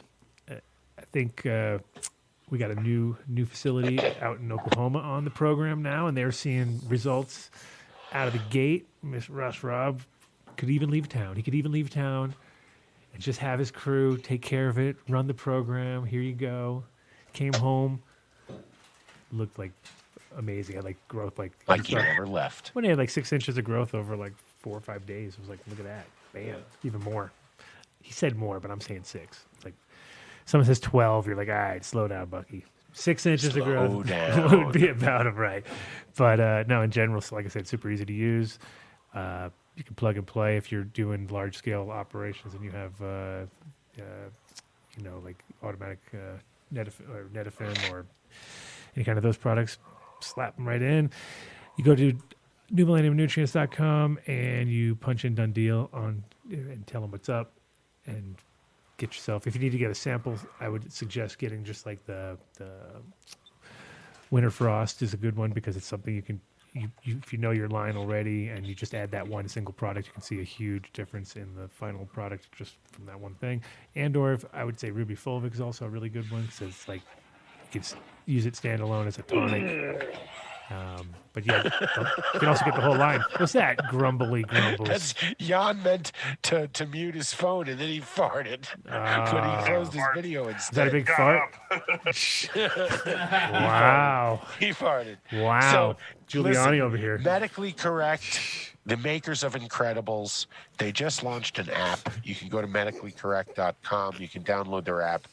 It's several brands right now. It's Nove Chocolates, Geek Extracts, True Pura, CBD. See, now I was kind of sad that we didn't get more. I was like, wait a minute, why didn't we get a bunch of chocolates last week? Yeah, right. Like, that was what I was expecting. We're gonna have too much chocolate, and then we had no chocolate. Because you didn't tell me. I asked for. Because he likes gummies, so he got gummies. Oh, you. I like gummies though too. I I'll eat like gummies all. gummies. I know you don't. I know. I was like- understand. plus, get it. there's a lot of flavors I haven't tried yet. They have a whole bunch of new ones, so I was like, damn. Get Bob, it together if next you're time. Listening, Get it together next Rick, time. Oh, if you're listening, we'd love some chocolates. Just saying. You heard what Adam said. well, We'd love some chocolates. on our next round. Oh, on maybe for Valentine's Day we eat some chocolate. Oh, there you go. Now we're talking. Get on it. Look at you. Genius. We're in perfect timing to get on that. Okay, But Dave. listen, they built one of the most formidable, profitable edibles companies in the country, especially in Colorado, and they use that knowledge to create a whole bunch of spin-off brands. So Nove Chocolates, Geek Extracts, Clear Creek Extracts, you're going to find consistent dosing every time in every product. And that is literally the most important part, right? Is that you just get what you're paying for, works every time, and tastes great. There you go. What can you do? You got to go to truepura.com. You enter Dunn Deal at checkout. You're going to get 20% off your order. We gave away several last week, I believe, right? They offered 2. I don't know if we gave them both away. But I've been giving my dog their CBD tincture every morning with her allergy medication, which is natural, by the way. And she doesn't have a problem with her feet anymore. And so I'm just saying, if you love your dog, you love yourself, try their CBD products, right? Mark goes crazy. His parents eat the gummies like they're going out of style. We had a bunch of their chocolate. We had their bath bombs. Right, what else do we have? Pain salve. You got to try Pain it. salve. Salve. Pain salve. Yeah, my Cream. dad swears on the pain salve. I gave him the one that. Is it a stick or is it like a? Well, there's the regular strength as a stick, and then there's the other one that is actually like you scoop it out and you rub it on. Yeah, like a cream. And that one's Does your double dad- strength. Does your dad make you rub it on him? No. Okay. Okay. Just getting a visual here. I don't know. We know what happens with This is wrong. Son, rub this on me. You're like, it's okay, Dad. You're good. So all we right. did find a way that you can have a double done deal. So even though you can't get a done deal for Incredibles, you can head over to Green Farms Med in Colorado Springs. You can ask for the done deal. In addition to all their amazing flour and extracts, they do sell Incredibles products, so you can take advantage of it down there. Yeah. But their flour is absolutely amazing. They're doing something right now with their 1-to-1, this country fruit rosin. Oh, that shit's fire. Yeah, it was crazy. Listen, I go off. I always say, I always got a new favorite, but there is something about how this blends together and how it works in your rig. It's narcotic. It really is. It's like a full body dab. That's what I'll call it. A full body dab. So you got to head over Like a full body to Green latte Farms from Med. Idiocracy. Ask for the done deal. The full body Country latte. fruit. This is country fruit. That's what you want to try. But really, my most favorite thing about this place is this. Yeah, I just Right took a here. drop of that too. Okay. I didn't even know what you're putting up. I This- knew you were talking about the tincture.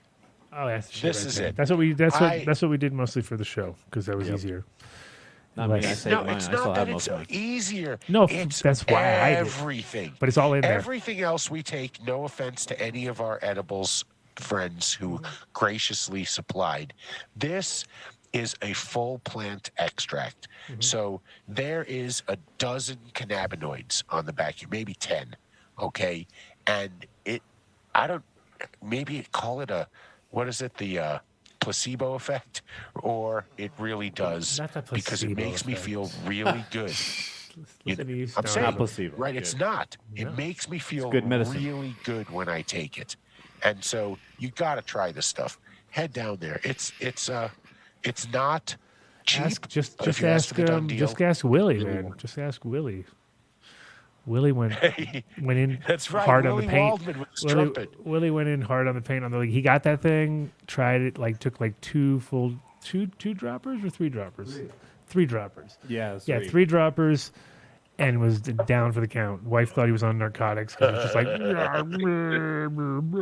couldn't talk. Yeah, it was one of those. And he's a I big boy. challenge you to try to find another no-till organic dispensary in the state as good as Green Farms Med. I don't know if there is Okay, any they more really I mean, it's take pride in hardly their work. anybody doing I no. find ones a little bit south called Canacab. Might I? Oh, look at that! I'll add you to it. You got too. some That's no-till? fine. You got some no-till on the Listen, menu? It's no-till organic is a rare skill to have, and I'm proud of you for it. We are definitely ones that try to align with growers that are, conscious to the organic minded. I know you guys had AJ's Farm on there, and there's a lot of guys that are, He came via you, right? I mean, he basically came. He came because we took your word on the fact that his shit was flying off your shelf, and that was like the one that people came back for. So that's always the proof is. And he's doing an amazing no-till organic beds, Right. with just the whole works, man. It's amazing little thing he's doing down there. I know. Well, if he's doing it organic, Kevin, then I'm sure he's going to Build a Soil, which is in Montrose, Colorado, or they ship anywhere in the state. In New Mexico, it's buildasoil.com, Free if or it's you're in 855-877-SOIL if you spend $500. Yep. And it's free shipping in Denver, and in Colorado and New Mexico. But everything an organic grower needs. I mean, you name it. Especially if you want to grow things like mushrooms that you can't get. They have tons of different strains of mushrooms. One of the most enjoyable things is I follow them on Instagram, and they're always posting updates on what they have. They've stayed open all throughout the pandemic. They have everything you could ever want for your garden, right? Don't you use this stuff, Adam? Of course. But of course, yes. But of course. Yeah, Jeremy's a man. And he's responsible for sending me the sourdough starter, which makes my bagels. So There you thank go. Jeremy. So basically, he is your Lord. He is your God.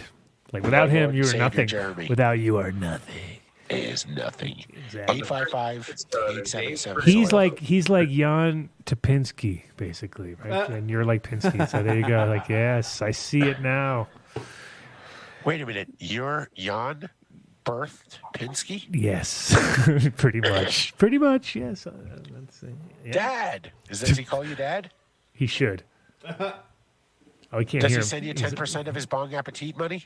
He should. God damn it. Like, fucking hell. Yeah, we created How him. about that we had? Wait a minute. We got to pause for a second. It was a love we child. had Pinsky on the show. I know. I know. I was on. I talked to him for a hot second.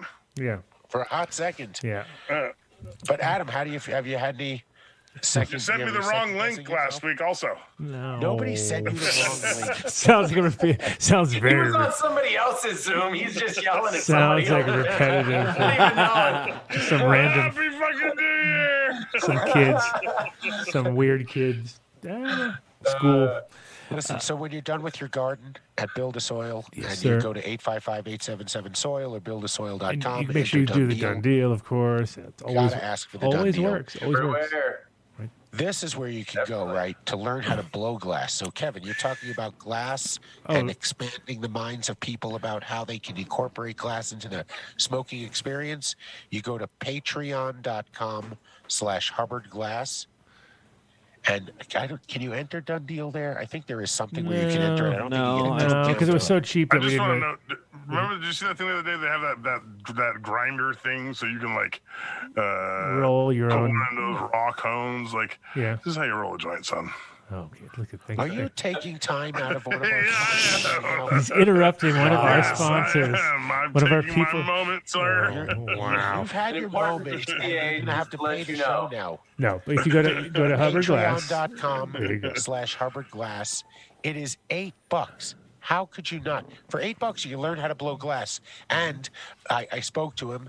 I don't know if he's figured out the mechanics yet, but for the $80 a month package where you get access to all of his videos, and when he was normally sending you a little piece of glass at the end of every month, you're going to be able to somehow bank that so that every few months, I don't know, 6 months, he can Depends. You send can you go a whatever you want. really I wanna- nice yeah, exactly. piece.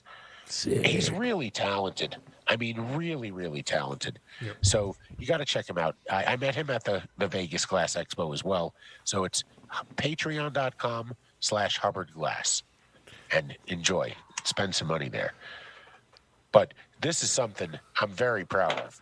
I love Ozo coffee. Shit. I'm one of these coffee snobs now. You know what I'm talking about, Kevin, right? That's another thing with glass, right? They make good glass mugs so you can drink good coffee out of it. So you go to ozocoffee.com. I always get the ones that are too thick, and then it makes you like drool down the side. Like it's not good. All you have to do is ask Basil Dogs. Yeah, You gotta watch out. Yeah, you gotta start Beard drooling. mustache. Yeah. Well, you get those people because people who blow glass for drinking out of them, they're always it's kind of hard because you can't be too thin or it'll be sharp. You know what I mean? If it's too thick, and then they're too thick. Every time I've had them, they've been too thick. It's been like, dude, this is making me dribble.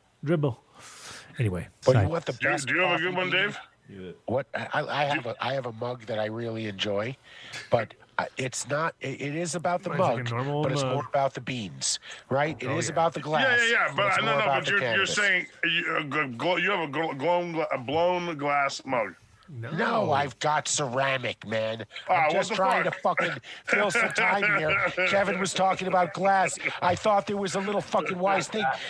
We don't fucking call each other on the spot like this, big fucking dummy. Oh, yes, we do. You gotta drink it out of a Fucking good glass. Whoa.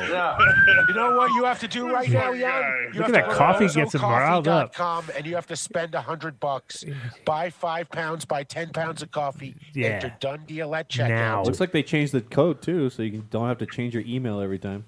Oh, that's good. Yeah, it's 20% off. So enjoy. They are fantastic people. It's a fantastic company. They have excellent relationships with the people who grow their beans. They source from local farms all across the globe. They have a guy that goes down there, forges a relationship with them. They send the bean back to Boulder Green.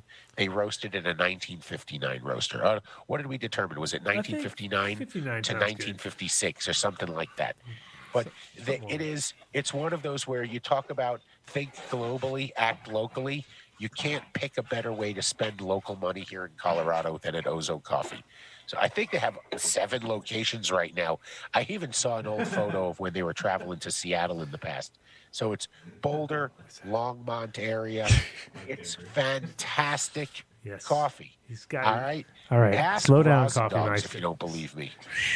You see how passionate he is about his coffee. My God.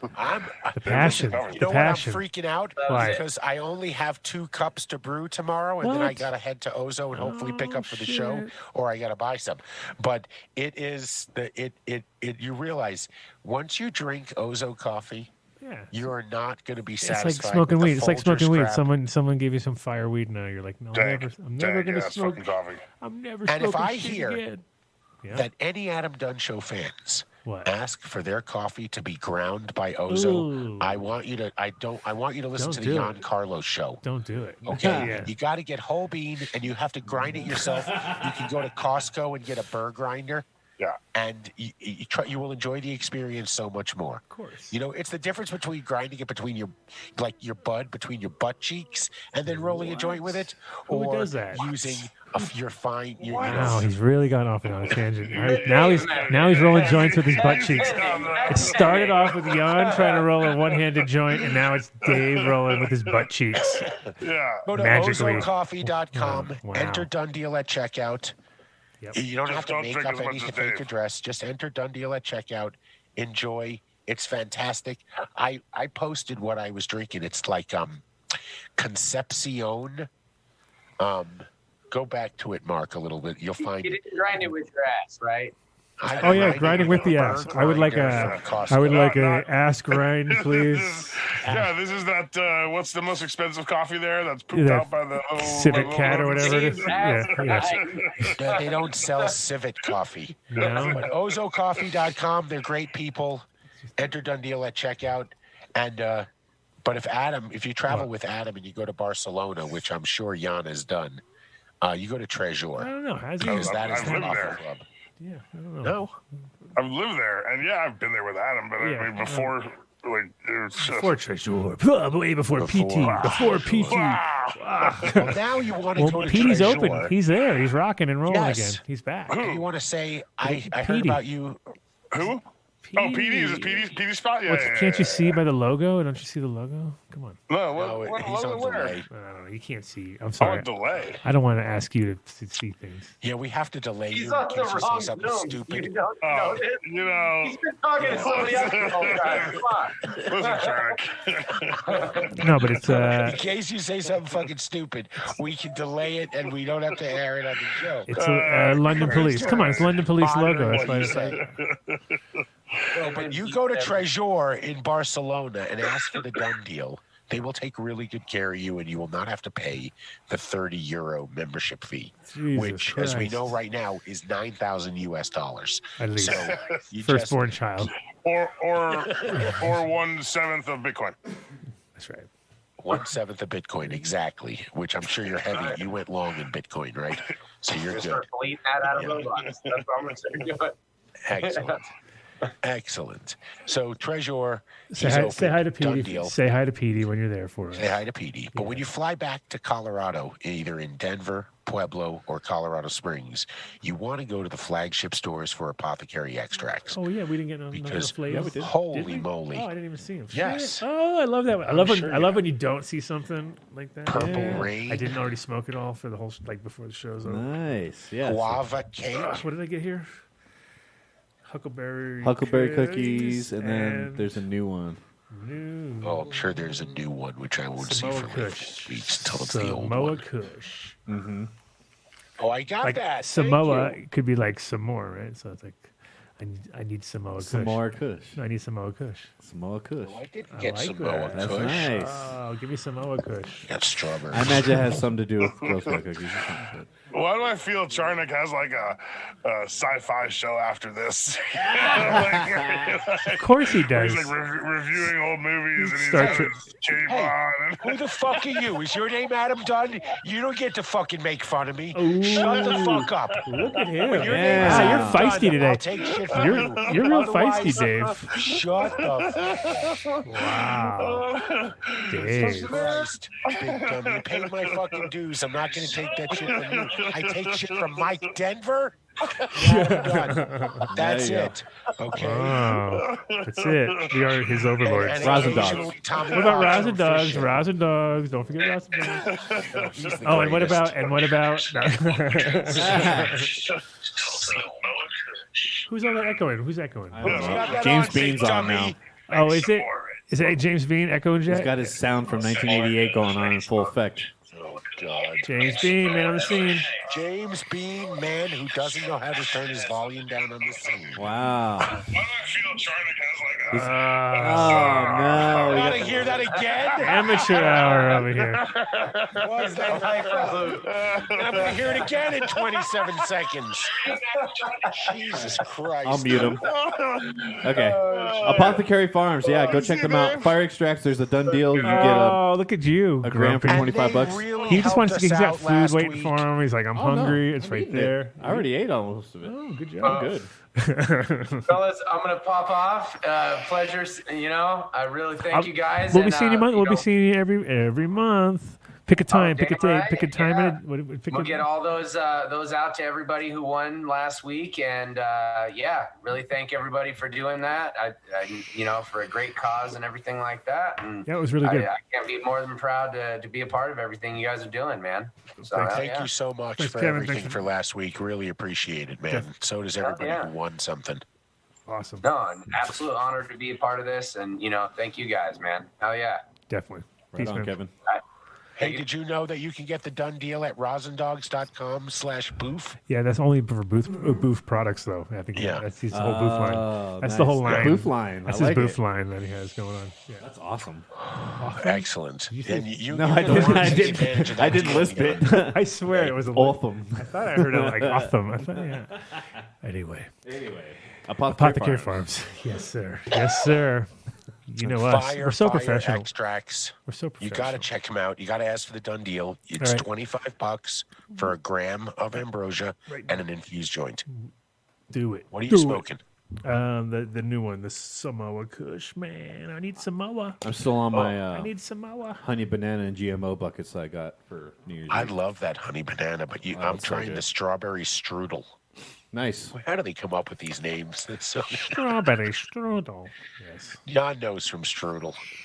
He's had a few. Jan knows what a strudel. But you go He to knows a good Apothecary strudel. Farms. That guy, I can tell that guy knows a good strudel right there. Make sure you use the gotta done mention deal. the done deal. Yes. Got to mention the done deal. Don't wait until you're checking out. Mention it beforehand. You heard about it on the Adam Dunn show. You want them to show you what they got. And it's fire. Their joints are fire. Their extracts are fire. It's a great company. And I believe we gave away a bunch of swag last week. So believe thank so. you so much, Brent, for helping us out with that. They actually carry Couldn't have done 14er without you. flour on the rec side. So Oh, there we go. Boom. Let's do it. To get right into Whoa, whoa, that. whoa, whoa! They carry 14er flour on the rec side. yeah, yep, in Denver. Do, Yep. do they carry this? I haven't seen any DJC yet. Because it's so popular, it's tough for them to keep it on the shelves. That's then. right. It's gone every time I go in there. That's God what it is. damn, that's what I'm saying. James Bean, do you carry any DJC, or you just wear those glasses and try? You're totally Yeah, what's, muted. He's getting ready to Listening snap the show on everybody like YouTube. Slim Jim right now. I can see it. It's coming. So if you're stuck, Jan, if you're stuck at home. He's we're in where muted. you are He's right muted. now. Brother's You're muted. muted. Muted, brother. I'm coming for you, Andre. You want some? SummerSlam, wrestle time. Let's go. Oh, Andre. Yeah, there we go. Oh, little Andre action. Slap him around. Get him. Come on. Slap him. All right. I say, I smack them space glasses off your face. Oh, fuck. No, that lost the whole thing right there. Now you have to do it like a Belgian You accent. shouldn't have talked. But the funny You part, had the though, whole is Andre thing going until you talked. You fucked up the bit, man. We worked on this. mean, we worked on this before the show, man. Well, nice tie. Nice you tie. needed the French. You needed the French kind of Frenchy, Belgian French accent going. What are you doing? There you go. Oh, I'm perfect. from. I am from. All right.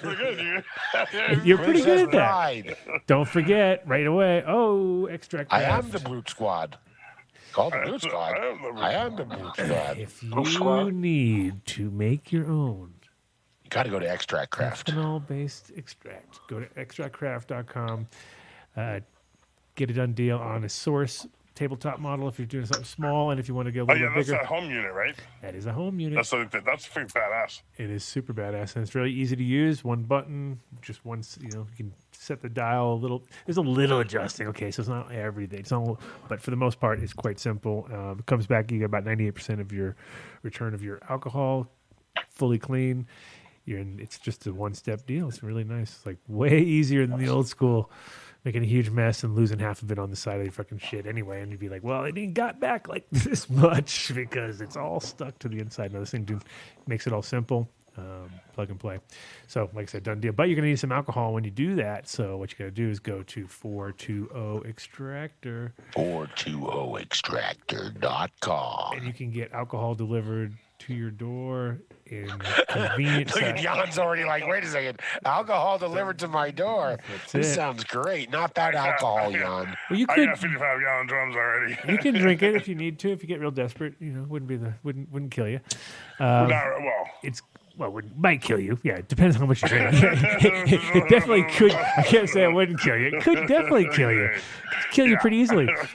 Pretty damn easily, actually. Yeah, but no, you got a 420 extractor. Get yourself some consciously made extract craft. Consciously made. And 420 extractor. Extraction solvent made here in Colorado. And they're an organic. They have an organic line too. It's not on here, but they just introduced it recently. So. Are they grape seed or what are they? Do you know? Dude, look at you trying to sound smart. Don't get all complicated on me now. Yeah, I know my alcohol. It's made from cheeseburgers. Made from old cheeseburgers, squeezed out. Yeah.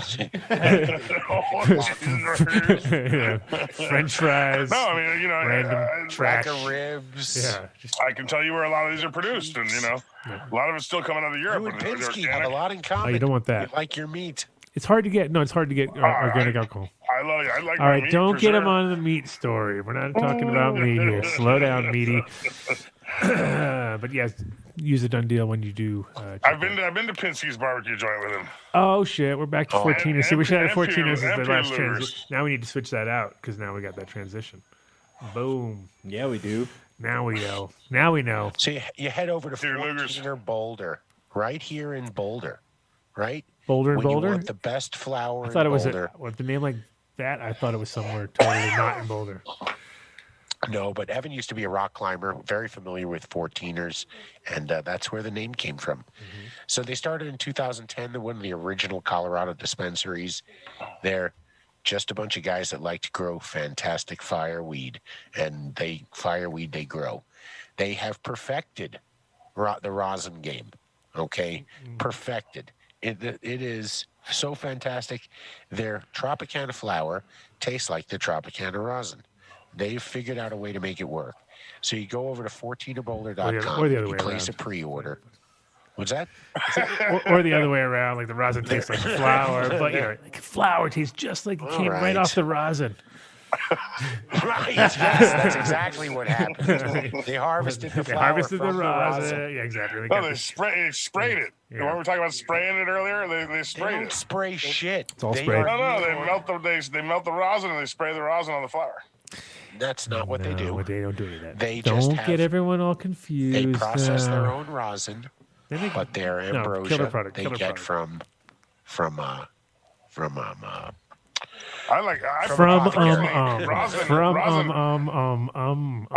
a fan, but rosin is fantastic. Rosin doesn't give me that like clove chest. Gonna fucking die. I had that. Well, then, if you don't want clove chest, you should try their 14er rosin. And you should know they do make these little dart pods, and the dart pod, which I had one here before. The dart pods are phenomenal, okay? This little pod clicks off. They make them in their flint, which is their, their BHO extract, and they make them actually in rosin extract. So it is very discreet, small little unit. It's called a C-cell dart. You head over to 14er Boulder, one person in the store at a time, cash only. Don't use the cash machine in the store. Have your cash ready when you get there. Mention you heard about it on the Dunn deal. All right, on the Adam Dunn show. Which foot goes out first, the left or the right? Explain. Because you haven't explained this well enough. I feel very assured. Shut up, Jan. Adam's talking. You shut up. No, but I feel no, Dave. I feel very assured when you tell me these directions. I kind of feel like like, shit. I know what I have to fucking do. You know, don't fuck up. Florida, but now you made it sound way too complicated. It was like, oh shit, I gotta do all that. Right. However, if you're growing anything at home, whether it be cannabis or vegetables, you want to use fish shit right here. Okay. And I am just telling you, there's a very good chance you will win a 5-liter fish shit if you were to send us your depiction of a Jan fish wearing in a diaper diapers. with Jan's face on it. Oh, yeah. So you want Jan in a diaper. Take a screenshot now. Quick fish shit. screenshot. Yeah. Okay? Yeah. Take a screenshot right there. There you go. There he is. Slap his face on a fish with a diaper, and you win $500 worth of fish shit. Mark, did you get a screenshot of him? Yeah. Nope. Get a screenshot of him. Now, anybody I got something better. Anybody else can do it. Good. They can do it. I got that. Oh, look, there's one of Dave. There's one of Dave right there. We got Dave. That one won $500 worth of. With Jan. Look at that. Okay. It's Dave swimming.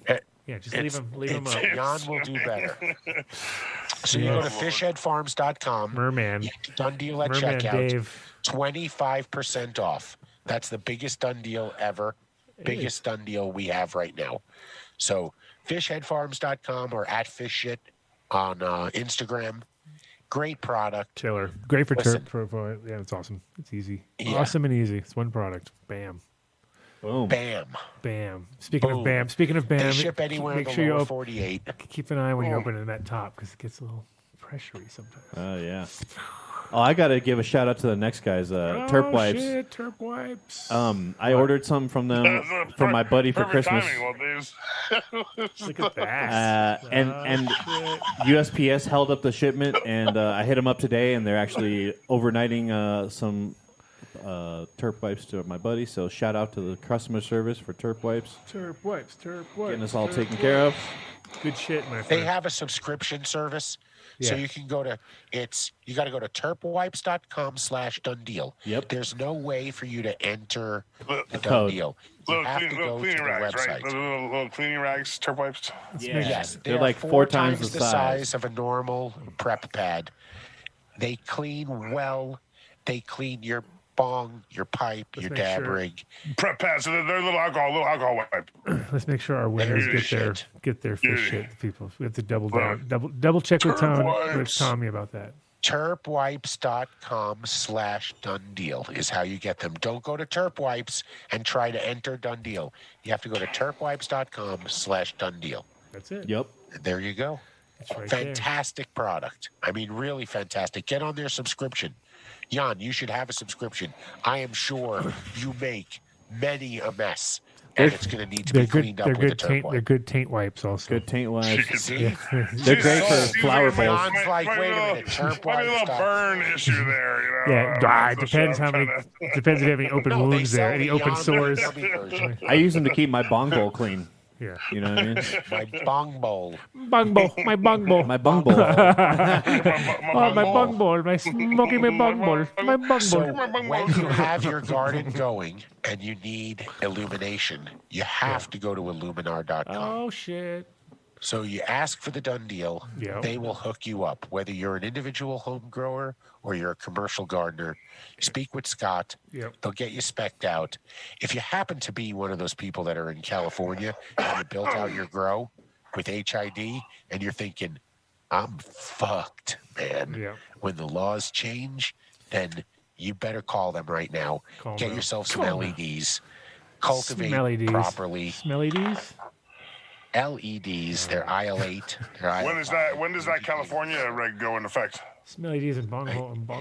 It's in the process right now. You got to think that the moment that Biden-Harris administration takes effect, that every lower court and every lower jurisdiction is going to feel fine imposing severe environmental regulations. I mean, we talked about this when I worked in the energy industry in 2011, that at the time, when it was illegal almost everywhere, that cannabis made up 1% of the entire U.S. domestic energy grid. That's a huge amount of power. Now that it's legal, we need to find efficiency. Yeah, no, for sure. I mean, we crushed the grid. It's horrible. Well, it used to be, and it used to be not really worth it because the lighting quality was like kind of like changing so much that you kind of like by the time you put it up, you have to get another one. And sure. But now you start to see stuff where I'm like, okay, I could feel like I could pretty much hang with this for 5 years, no problem. You know what I mean? Well, they're really the first one that I've seen, that's performed well under flower, and that's the biggest thing. Is it's great. LEDs have been great, and you guys know about commercials. 40% of an HID lamp goes to infrared, to heat. You can't have that in California. So they need it to be efficient, and that's why LEDs are going to be mandated. And I think we've been saying for the past 10 years that give LEDs another 5 years and they'll be fine. For the last 15. They're really coming into their own. Finally, there's light at the end of the light. Well, the different. I mean, the thing is, necessity is the mother of invention. The only thing that does suck is that there is times when, like, LEDs just are kind of like fucked because they don't put out heat. So you're like, shit, I need heat, man. This is like, I'm in a cold place. I'm gonna put heat in here now. Like, what the hell? Because before it was just like add more lights. Lights were like little heaters on the ceiling, and you just be like, all right, I'm gonna throw more lights up. I need heat. How much more heat do I need? All right, that's 4 more lights equals more heat. There you go. There, that's it. I fixed my heat problem without having to fucking buy another heater. Now you gotta go buy a heater. Just like, fuck, that's like now I'm spending money on heaters. Like, Jesus, that's the most expensive part sometimes. So now, once you have your illumination, but radiant heat would be dope. And you have your fish shit, and you have your soil from Build a Soil, and you have your nutrients. You drew a picture of Jan. You're going to need the proper gear to run. And if you don't have a picture of Jan in your grow room to throw darts at, you're missing out. Literally. Okay? Yeah. Right? But you want the best gear in the industry? Ooh, right? I said gear. Adam. Gear. I said gear. Like 3 times you said gear. Right? You said gear like 3 times. I said gear. You say seedsherenow.com gear here, and ask for gear James here. Beaton personally and say, I just want to talk. And get him on the phone and take up most of his day talking. Or just enter Dunn deal. Get your discount. Get your seeds. Go home.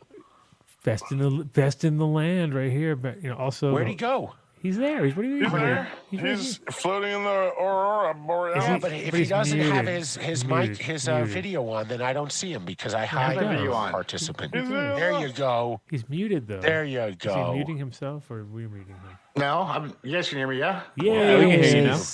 You're with the Aurora Borealis. Yes, I'm high. I'm very high. You're number one. Oh, look at that. You're number one. Know, huh? You're number one. See, So, look at James, that. how do people purchase gear from you? They go on my website. What's the website? So the website, of course, is seedsherenow.com, www.seedsherenow.com. I am the real James Bean. Follow and like me on Instagram. I'm trying to get all that shit up. But yeah, we've got over 70 breeders, I think now. We just topped 70. Wow, none of them still use each other's mail. They're all still fucking unique to each other, which is pretty amazing. The majority of them, Or so you think. Well, no, I know for sure. It's a thing. You can't. That's the first vetting process. I don't carry it. I mean, the breeder may make it, but I don't carry it. That particular strain. Right. So we don't do it. Which, by the way, brings me to a question I saw in the chat room. When am I going to get more chocolate chunk? I said, God, that's a good fucking question. Adam, when am I going to get more chocolate chunk? I would literally have to get it from Spain. So. And? Magically. So I don't know. Allegedly, I should say. Allegedly. And? Allegedly. Well, you're talking about the gear, not my cookies. Okay. Yeah. No. Yeah, no. Allegedly. Not the chocolate dunk. The chocolate Jan dunk. was like, fuck yeah, cookies. Love it. Shit. No cookies, Jan. Anyway, no, it would be a process. It would still be a process. Not anytime soon. It's out there though. It's still out there. Mark. I know where I can get it. Well, I'm basically out of a lot of your gear. No, that was real nice. All right, we'll have a chat. That's good. That's good news. We'll figure it out. This is what you should do, Fill in the gaps. James. Come on the show, and then put the host on the spot. Yeah, and ask him for where's my shit. That's what you should do. Now. Embarrass him into getting you gear. Yes, More. The fuck, that's right. I try everything else. You know what I mean? I send him fucking text messages. He gets emails professionally, shit with invoices. Oh, you were serious. Oh, shit. Sorry, Adam. No, I'm serious. We don't Shit, sorry. I thought you were kidding. No, I just get beat up. Like there's people in chat room saying, when can I get it? It's like, when you want some Mike Denver seeds? We have some Mike Denver seeds we can send you cheap. I'm not saying anything about this. I'm sure they may be good, but I don't know if I can. Depends on. I'm sure they're good. Where did we get those? Where did we get Mike Denver seeds? When did we get those? I don't know. You got them. I can't back them up. We got you. We got you. I knew your line. That's an unreleased line, Dave. That's some quality shit, and I don't have it. Listen, Jordy LaForge called. He wants his head visor back. I'm battling Exotic right now. So Exotic's got his Macho Mans. I got my Bam Bam Blades. Bam Bam Blades. Bam Blades. Yes, baby. Yes. Okay. We never got to get on the link of his thing for the show. What was it? What was that again? The Stymie one? What show is that? Exotics. Oh, the Big Stimmy show. It's hilarious. He's not on tonight. He's backed it down a little bit too. He's on like every other night. But okay. Yeah, that's the twerking milk contest. It's pretty awesome. What is it? The boofing twerk contest? No, the twerking milk contest. He does Big Stimmy's talent show. And so you can come on, and if you milk somebody, he'll give you a pack of seeds. And a milking is you cut the top off a milk button, our bottle, 2 gallon or 1 gallon. The individual does not know you're going to milk them.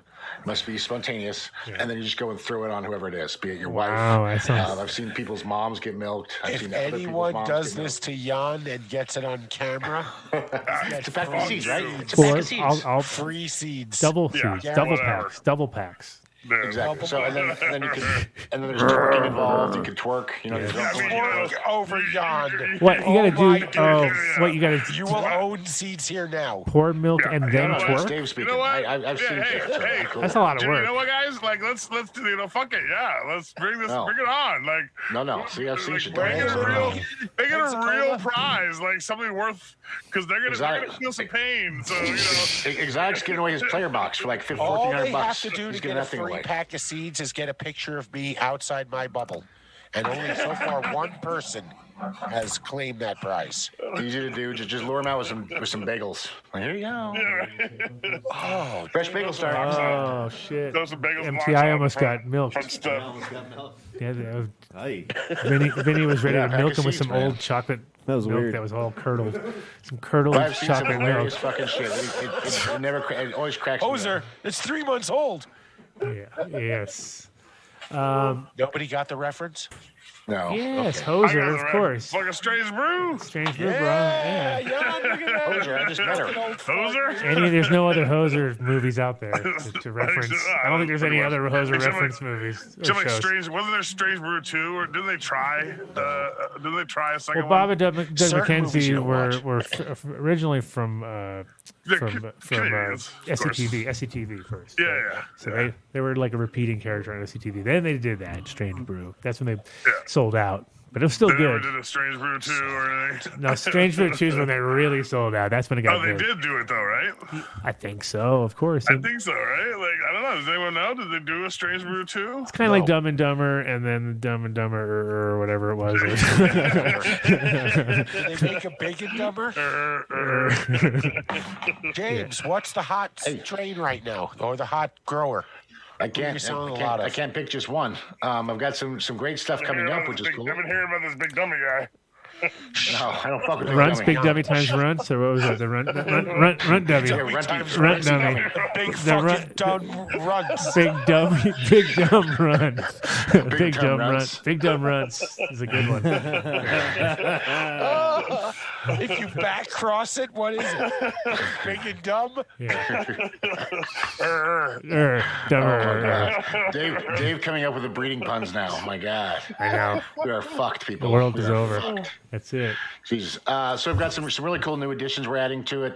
Be adding AK Bean Brains soon. I've got Midnight Roots, which I picked up through Dunn.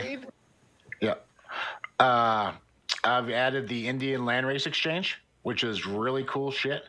I'm getting about 10 strains, and they're all from certain equatorial landrace regions where he actually takes photographs of everything, has a book about it, and then the money he makes from the seeds he gives back to the people to preserve them from like the Kashmir Valley and the Magic Melon and all those places. They're pretty fucking rad. I mean, it's what weed was before we fucked with it, you know? And it's just some really far out looking plants. You're like, wow, that's so fucking weird. But in reality, that's how it started, fellas. You know what I mean?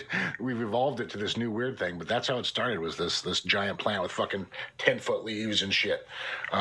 Just really cool stuff. So, you know, and of course, on that stuff, I don't suggest anybody goes out and plants a whole fucking room of it. That's not what I'm saying. But it is cool to just throw one in a pot. You know what I mean? Just have fun and experiment and fuck it. You know, just to, you know, when I was cash cropping, I always had everything. Every pot was spoken for, and you know, shit was sold before it was grown.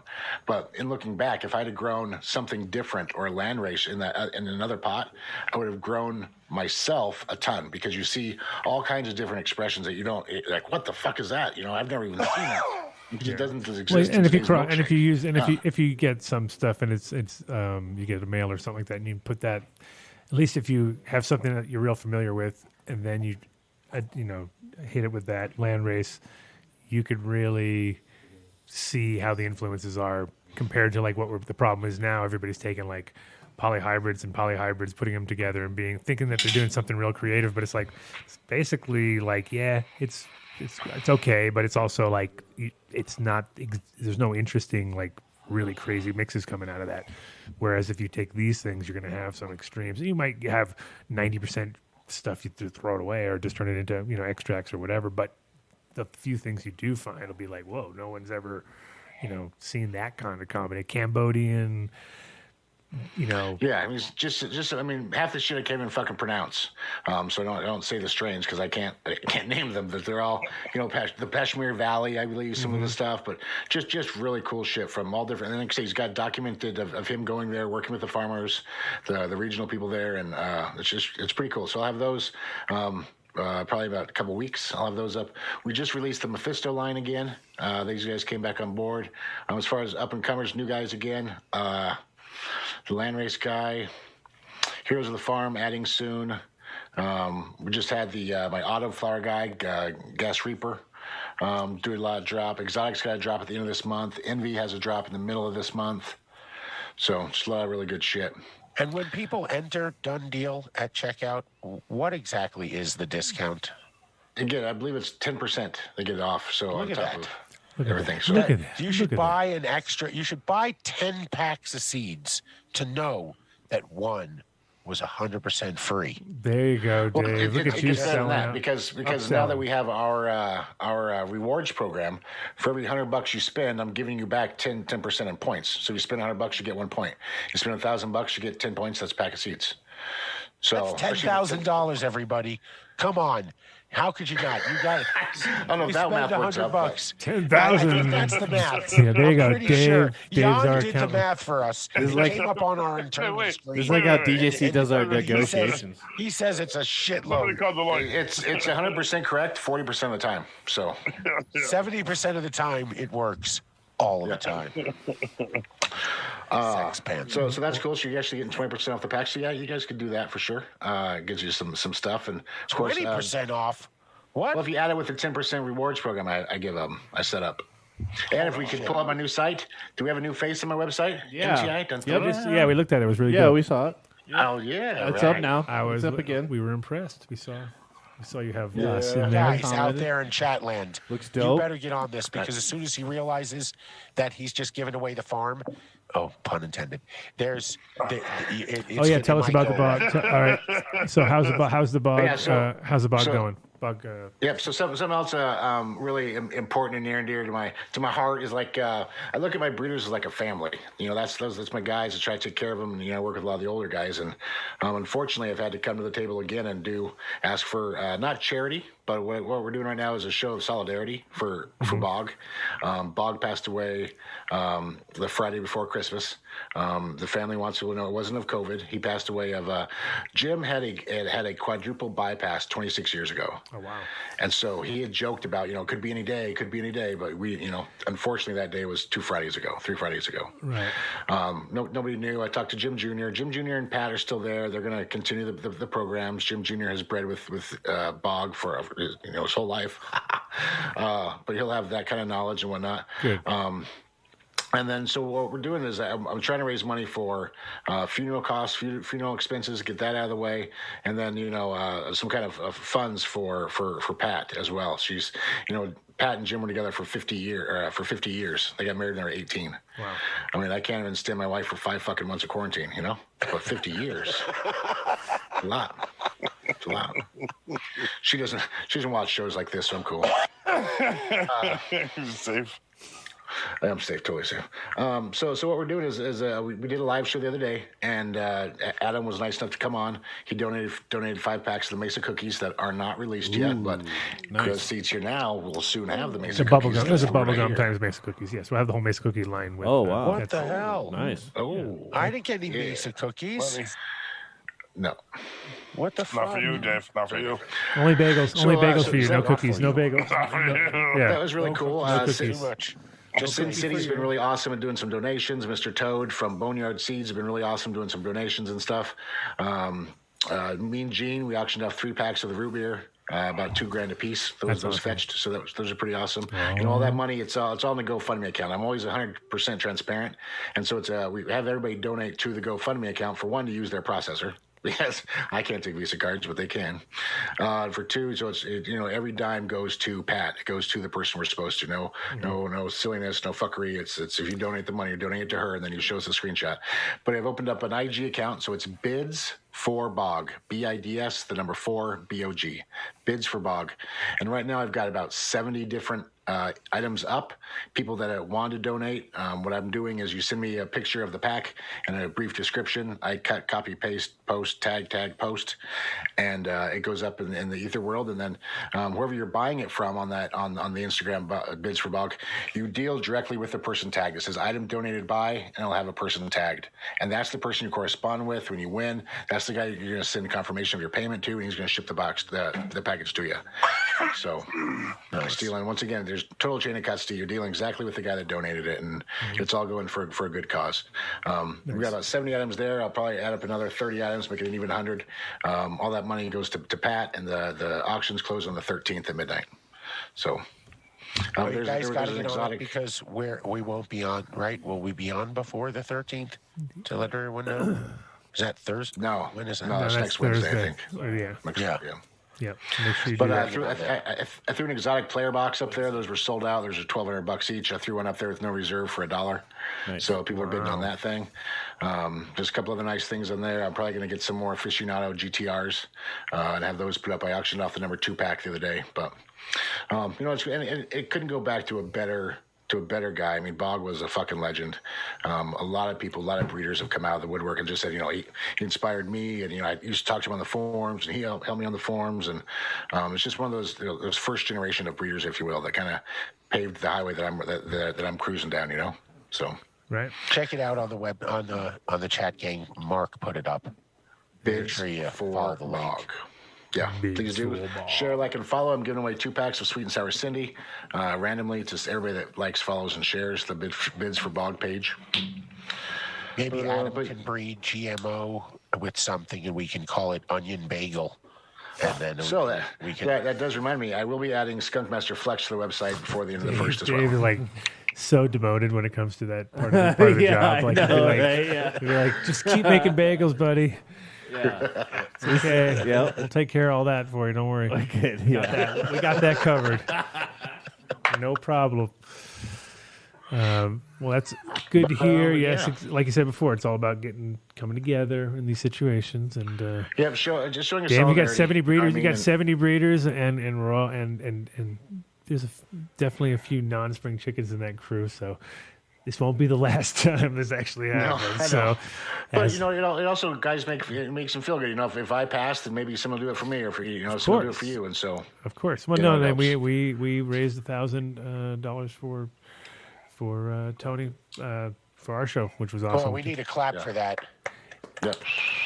Thank you, everybody. That was awesome. Everybody who participated, you were wonderful. Yeah. Elka in the chat, Elka from the chat's donated a couple of cool packs. So there's all kinds of stuff in there. Anybody that wants to donate, I'm not, Yeah, and all the donations, they're not vetted by me. I'm just, if you want to, who am I to say who can and can't fucking donate seeds to Bog? And so if you tell me this is that, I'm just cut, copy, and share. Yeah. Like I said, correspond with the guy who bids. If he's only got 2 fucking posts on IG, maybe he's not the guy. But at the same time, he's only got 2 posts on G. Maybe he is the guy, right? Because he's one of Bog's old friends. So what's up with Duke? Speaking of which, and all that kind of stuff. Oh, damn! Sorry about that. Yep. So Duke called me earlier when we were on the phone. And I told him I was going to be on, so I told him to give me a message. He said he did.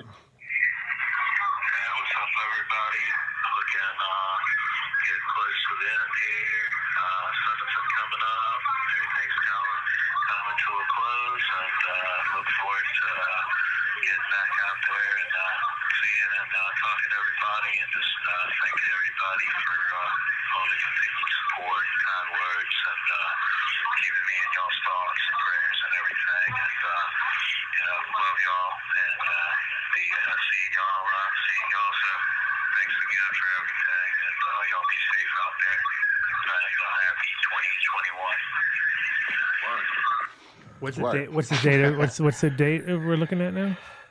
He's getting sentenced on the 23rd of January, and he's looking at possible. With the time he'll have almost a year down. Yeah. So by the time he gets out and whatnot, and home confinement, they think he can be out by May. That's what he thinks. Right on. Well, problem with the feds, you never know what the fuck they're thinking. But yeah, that's what he seems. That's his idea of it. And they've already checked out his home. He's already got his PSR, his pre-sentencing report, which is all the bullshit. So it's pretty much just his sentencing now, and move him along his way. Right. Big old mean guy that he is. Yeah, right. You're a good man, dangerous James. guy. But cool, guys. That's what I've got. And, of course, follow, like, share all my shit. Have fun. The new website's up. I still didn't see the picture on here, but it's got all kinds of cool shit on it. New looks. It looks good. We were impressed. We were like, whoa. No, it looks cool. And Looking then tight. my favorite part was the bottom, how you shouted out the crew and also all the podcasts that you're on. So look at you. Look at that. Because once again, these are just genetic preservation kits. Okay, don't get them wet or dirty; they will explode. Collector's novels. I support podcasts. That way, my guys can learn from some of the best in the industry. I can't tell them what to do, but you guys can. Yes, he's seen Adam. Stole all my names. Yeah, right. Stealing all my names over there, you staff pickers. Mm-hmm. Hey, also, Nick. special shout out to Numbnuts. You were great. Thank you for everything. We hope to add you to the list of sponsors. Yeah. I just got Their some peanut nuts butter. Oh, the peanut butter. It's like empty. I mean, empty. Yeah, I'm gonna go make a sandwich tonight. It is. I thought for a second you were like, "Thanks, numbnuts." I'm like, "What the fuck, Dave? I didn't do shit to you." Sorry. Damn. Actually, you Numbnuts. should have realized. If I was calling anybody Numbnuts, It'd be Big Dummy. Look on the That's panel. dumb nuts. That's Dumb dumb nuts. nuts. Dumb nuts. See, Big dumb nuts. He's the one Big wagging his dumb finger. nuts. I wouldn't have said it to you. Listen, But sorry. listen, That'll be their Wait, collab. They can do is Big that Dumb regular? Nuts. Co.com. That's Enter regular. done deal. This is regular. And then they got THC. bam. Oh, Okay. yeah. Oh, Nice. spiked version. Okay. Nice. You're going to have to be in Colorado right now, although we are looking for partners outside in legal states. It's a We good. are looking for partners, Dave. We are looking Yeah. for partners. I'm going to be on their advisory board. I was gonna say, is it your company? Yes. Yeah, Dave. As will Adam, and Oh, we will look help at that. make The peanut launch butter. this show.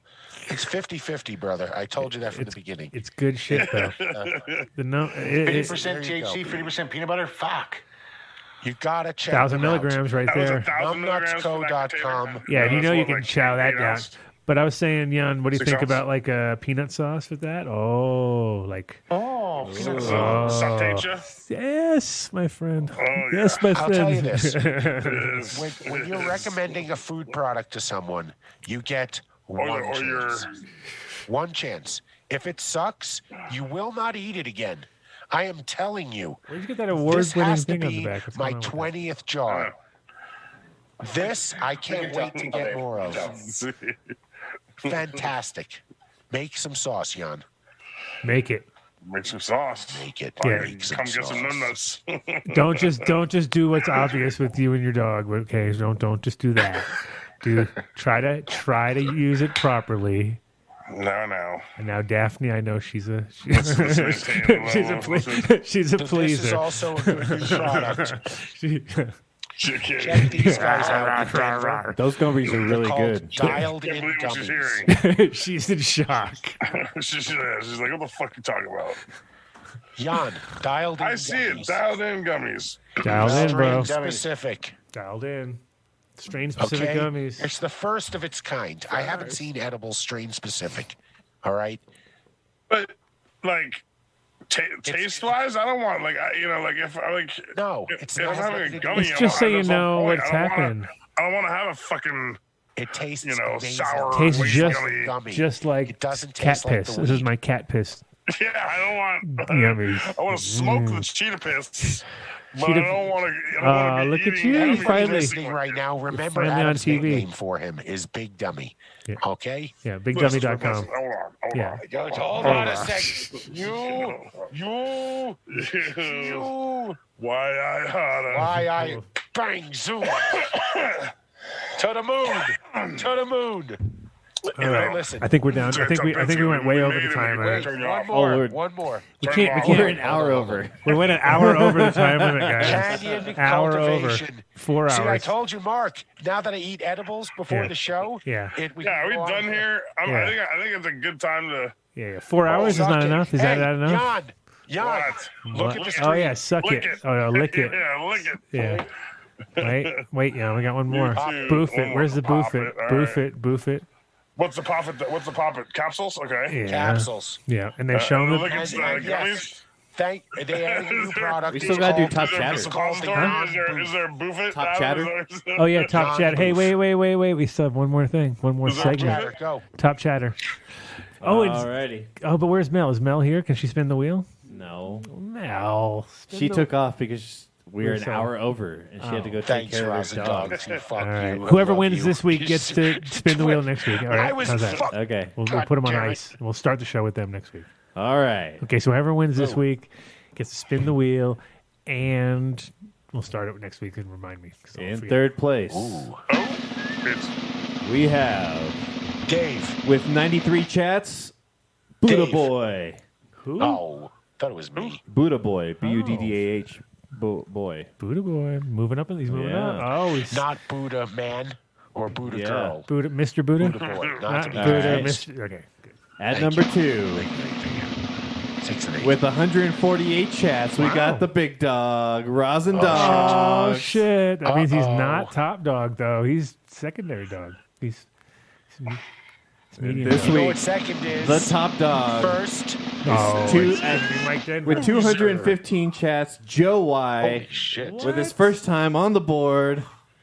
Yeah. Holy shit. Really? I didn't Yeah. even see the name pop up. Joe Y. He's Joe been talking- Y. he's been chatting. Holy shit! I don't know how accurate these things are, but 210. 215. Oh, 15. All Yeah, right. So next so- week on the beginning of the show, we'll do a spin with. Wait a minute.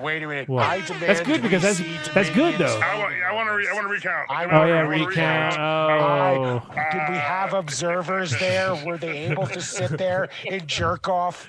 Were they? I don't know. yeah. They're hacked. I want to recount. That's a lot, man.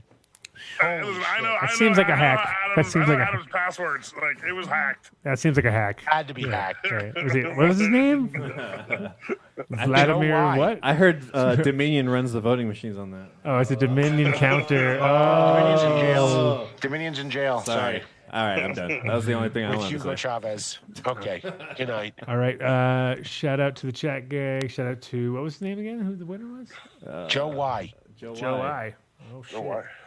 Oh, and of course, Joe Y. You'll start the show with us. You'll spin the wheel next week. Holy We'll have shit, a I'm prize for famous. you to win. That's what he just said. Oh yeah, big time. Is it you, Jan? Are you Joe Y? I'm Buddha Boy. Oh, you're third loser. Okay. But that's my PS4 name is something like that. I'm not even going to touch it. I'm not even going to touch it. All right. Good night, everybody. All right, guys. Oh, and yeah, of course I forgot who it was, but I'll figure it out next week. Who's the 10th? We had our 10,000th Instagram follower, so I'm going to give it. Was Jan. You know, no, it was Pinsky. I have it you somewhere. Accepted no, Pinsky. No, how do you know which one is the 10th? Because they told me they were, and I saved it, and I went back and counted it. I went back, and it's just 10,000 for a while until it's 11,000. Sucks. Thank you, Jason But I do Harris, have Jerome Baker Glass. And of course, I don't remember where it is, but I'll figure it out. And they're gonna get something. We're gonna do fake Hamilton devices. All the winners are gonna Thank just you, get Hamilton random devices. shit We didn't thrown mention in them there tonight. Yeah, it's gonna be. We have. Flat We'll Earth talk for about everybody. it next week. Flat Earth. We got a bunch of stuff. Flat Earth things for everybody, right? Yeah. Is that the idea? I think that's it. All right. Sounds good. All right. Good evening, gentlemen. Peace out. You guys have a good night. Thank you, Big Dummy, for being big. Kevin Longo. Randall from Source Vapes. Yes, sir. And of course, Trip. And the kid. Trip Keeper. And don't forget Mr. Kid. Oh, Mr. Kid. the Kid. So now Mr. Kid hits me up after and says, "So what do you think if I came on the show?" I was like, "Dude, have we not been through this?" I was like, "Sure, of course you can come on the show whenever you want. You just help me out. Just come." Yeah, I don't know. He's threatening. He's threatening to come back on. It's funny, man. He's threatening to come back. Happen. Don't worry about it. I know. It'll happen for 3 weeks, and then not even. Yes, sir. There's no commitment. He's got priorities. He's got a kid and a business. That's right. Shout out to my beautiful wife CC and little Nick, who are going to be. I'm surprised they haven't come in here. Nick hasn't come through and just taken over the show. We're over an hour over. And Ace down at the farm. Vinny over there holding it down. MTI, Rasta, Dave, everybody. Mel, Rasta, you. obviously. MTI, always. Can't do it without you. See you guys soon. Peace out. Elka. All right. Bagels out. Basically, every one of the top 40 records being played on every radio station in the United States is a communication to the children to take a trip, to cop out, to groove. The psychedelic jackets on the record albums have their own hidden thoughts. This is a special question. We don't want you to smoke genetically modified ganja. We want you to smoke the real thing. We want you to smoke the natural herb. Some call it marijuana, some call it sensimedia, some call it lamb's bread, and some people call it ganja.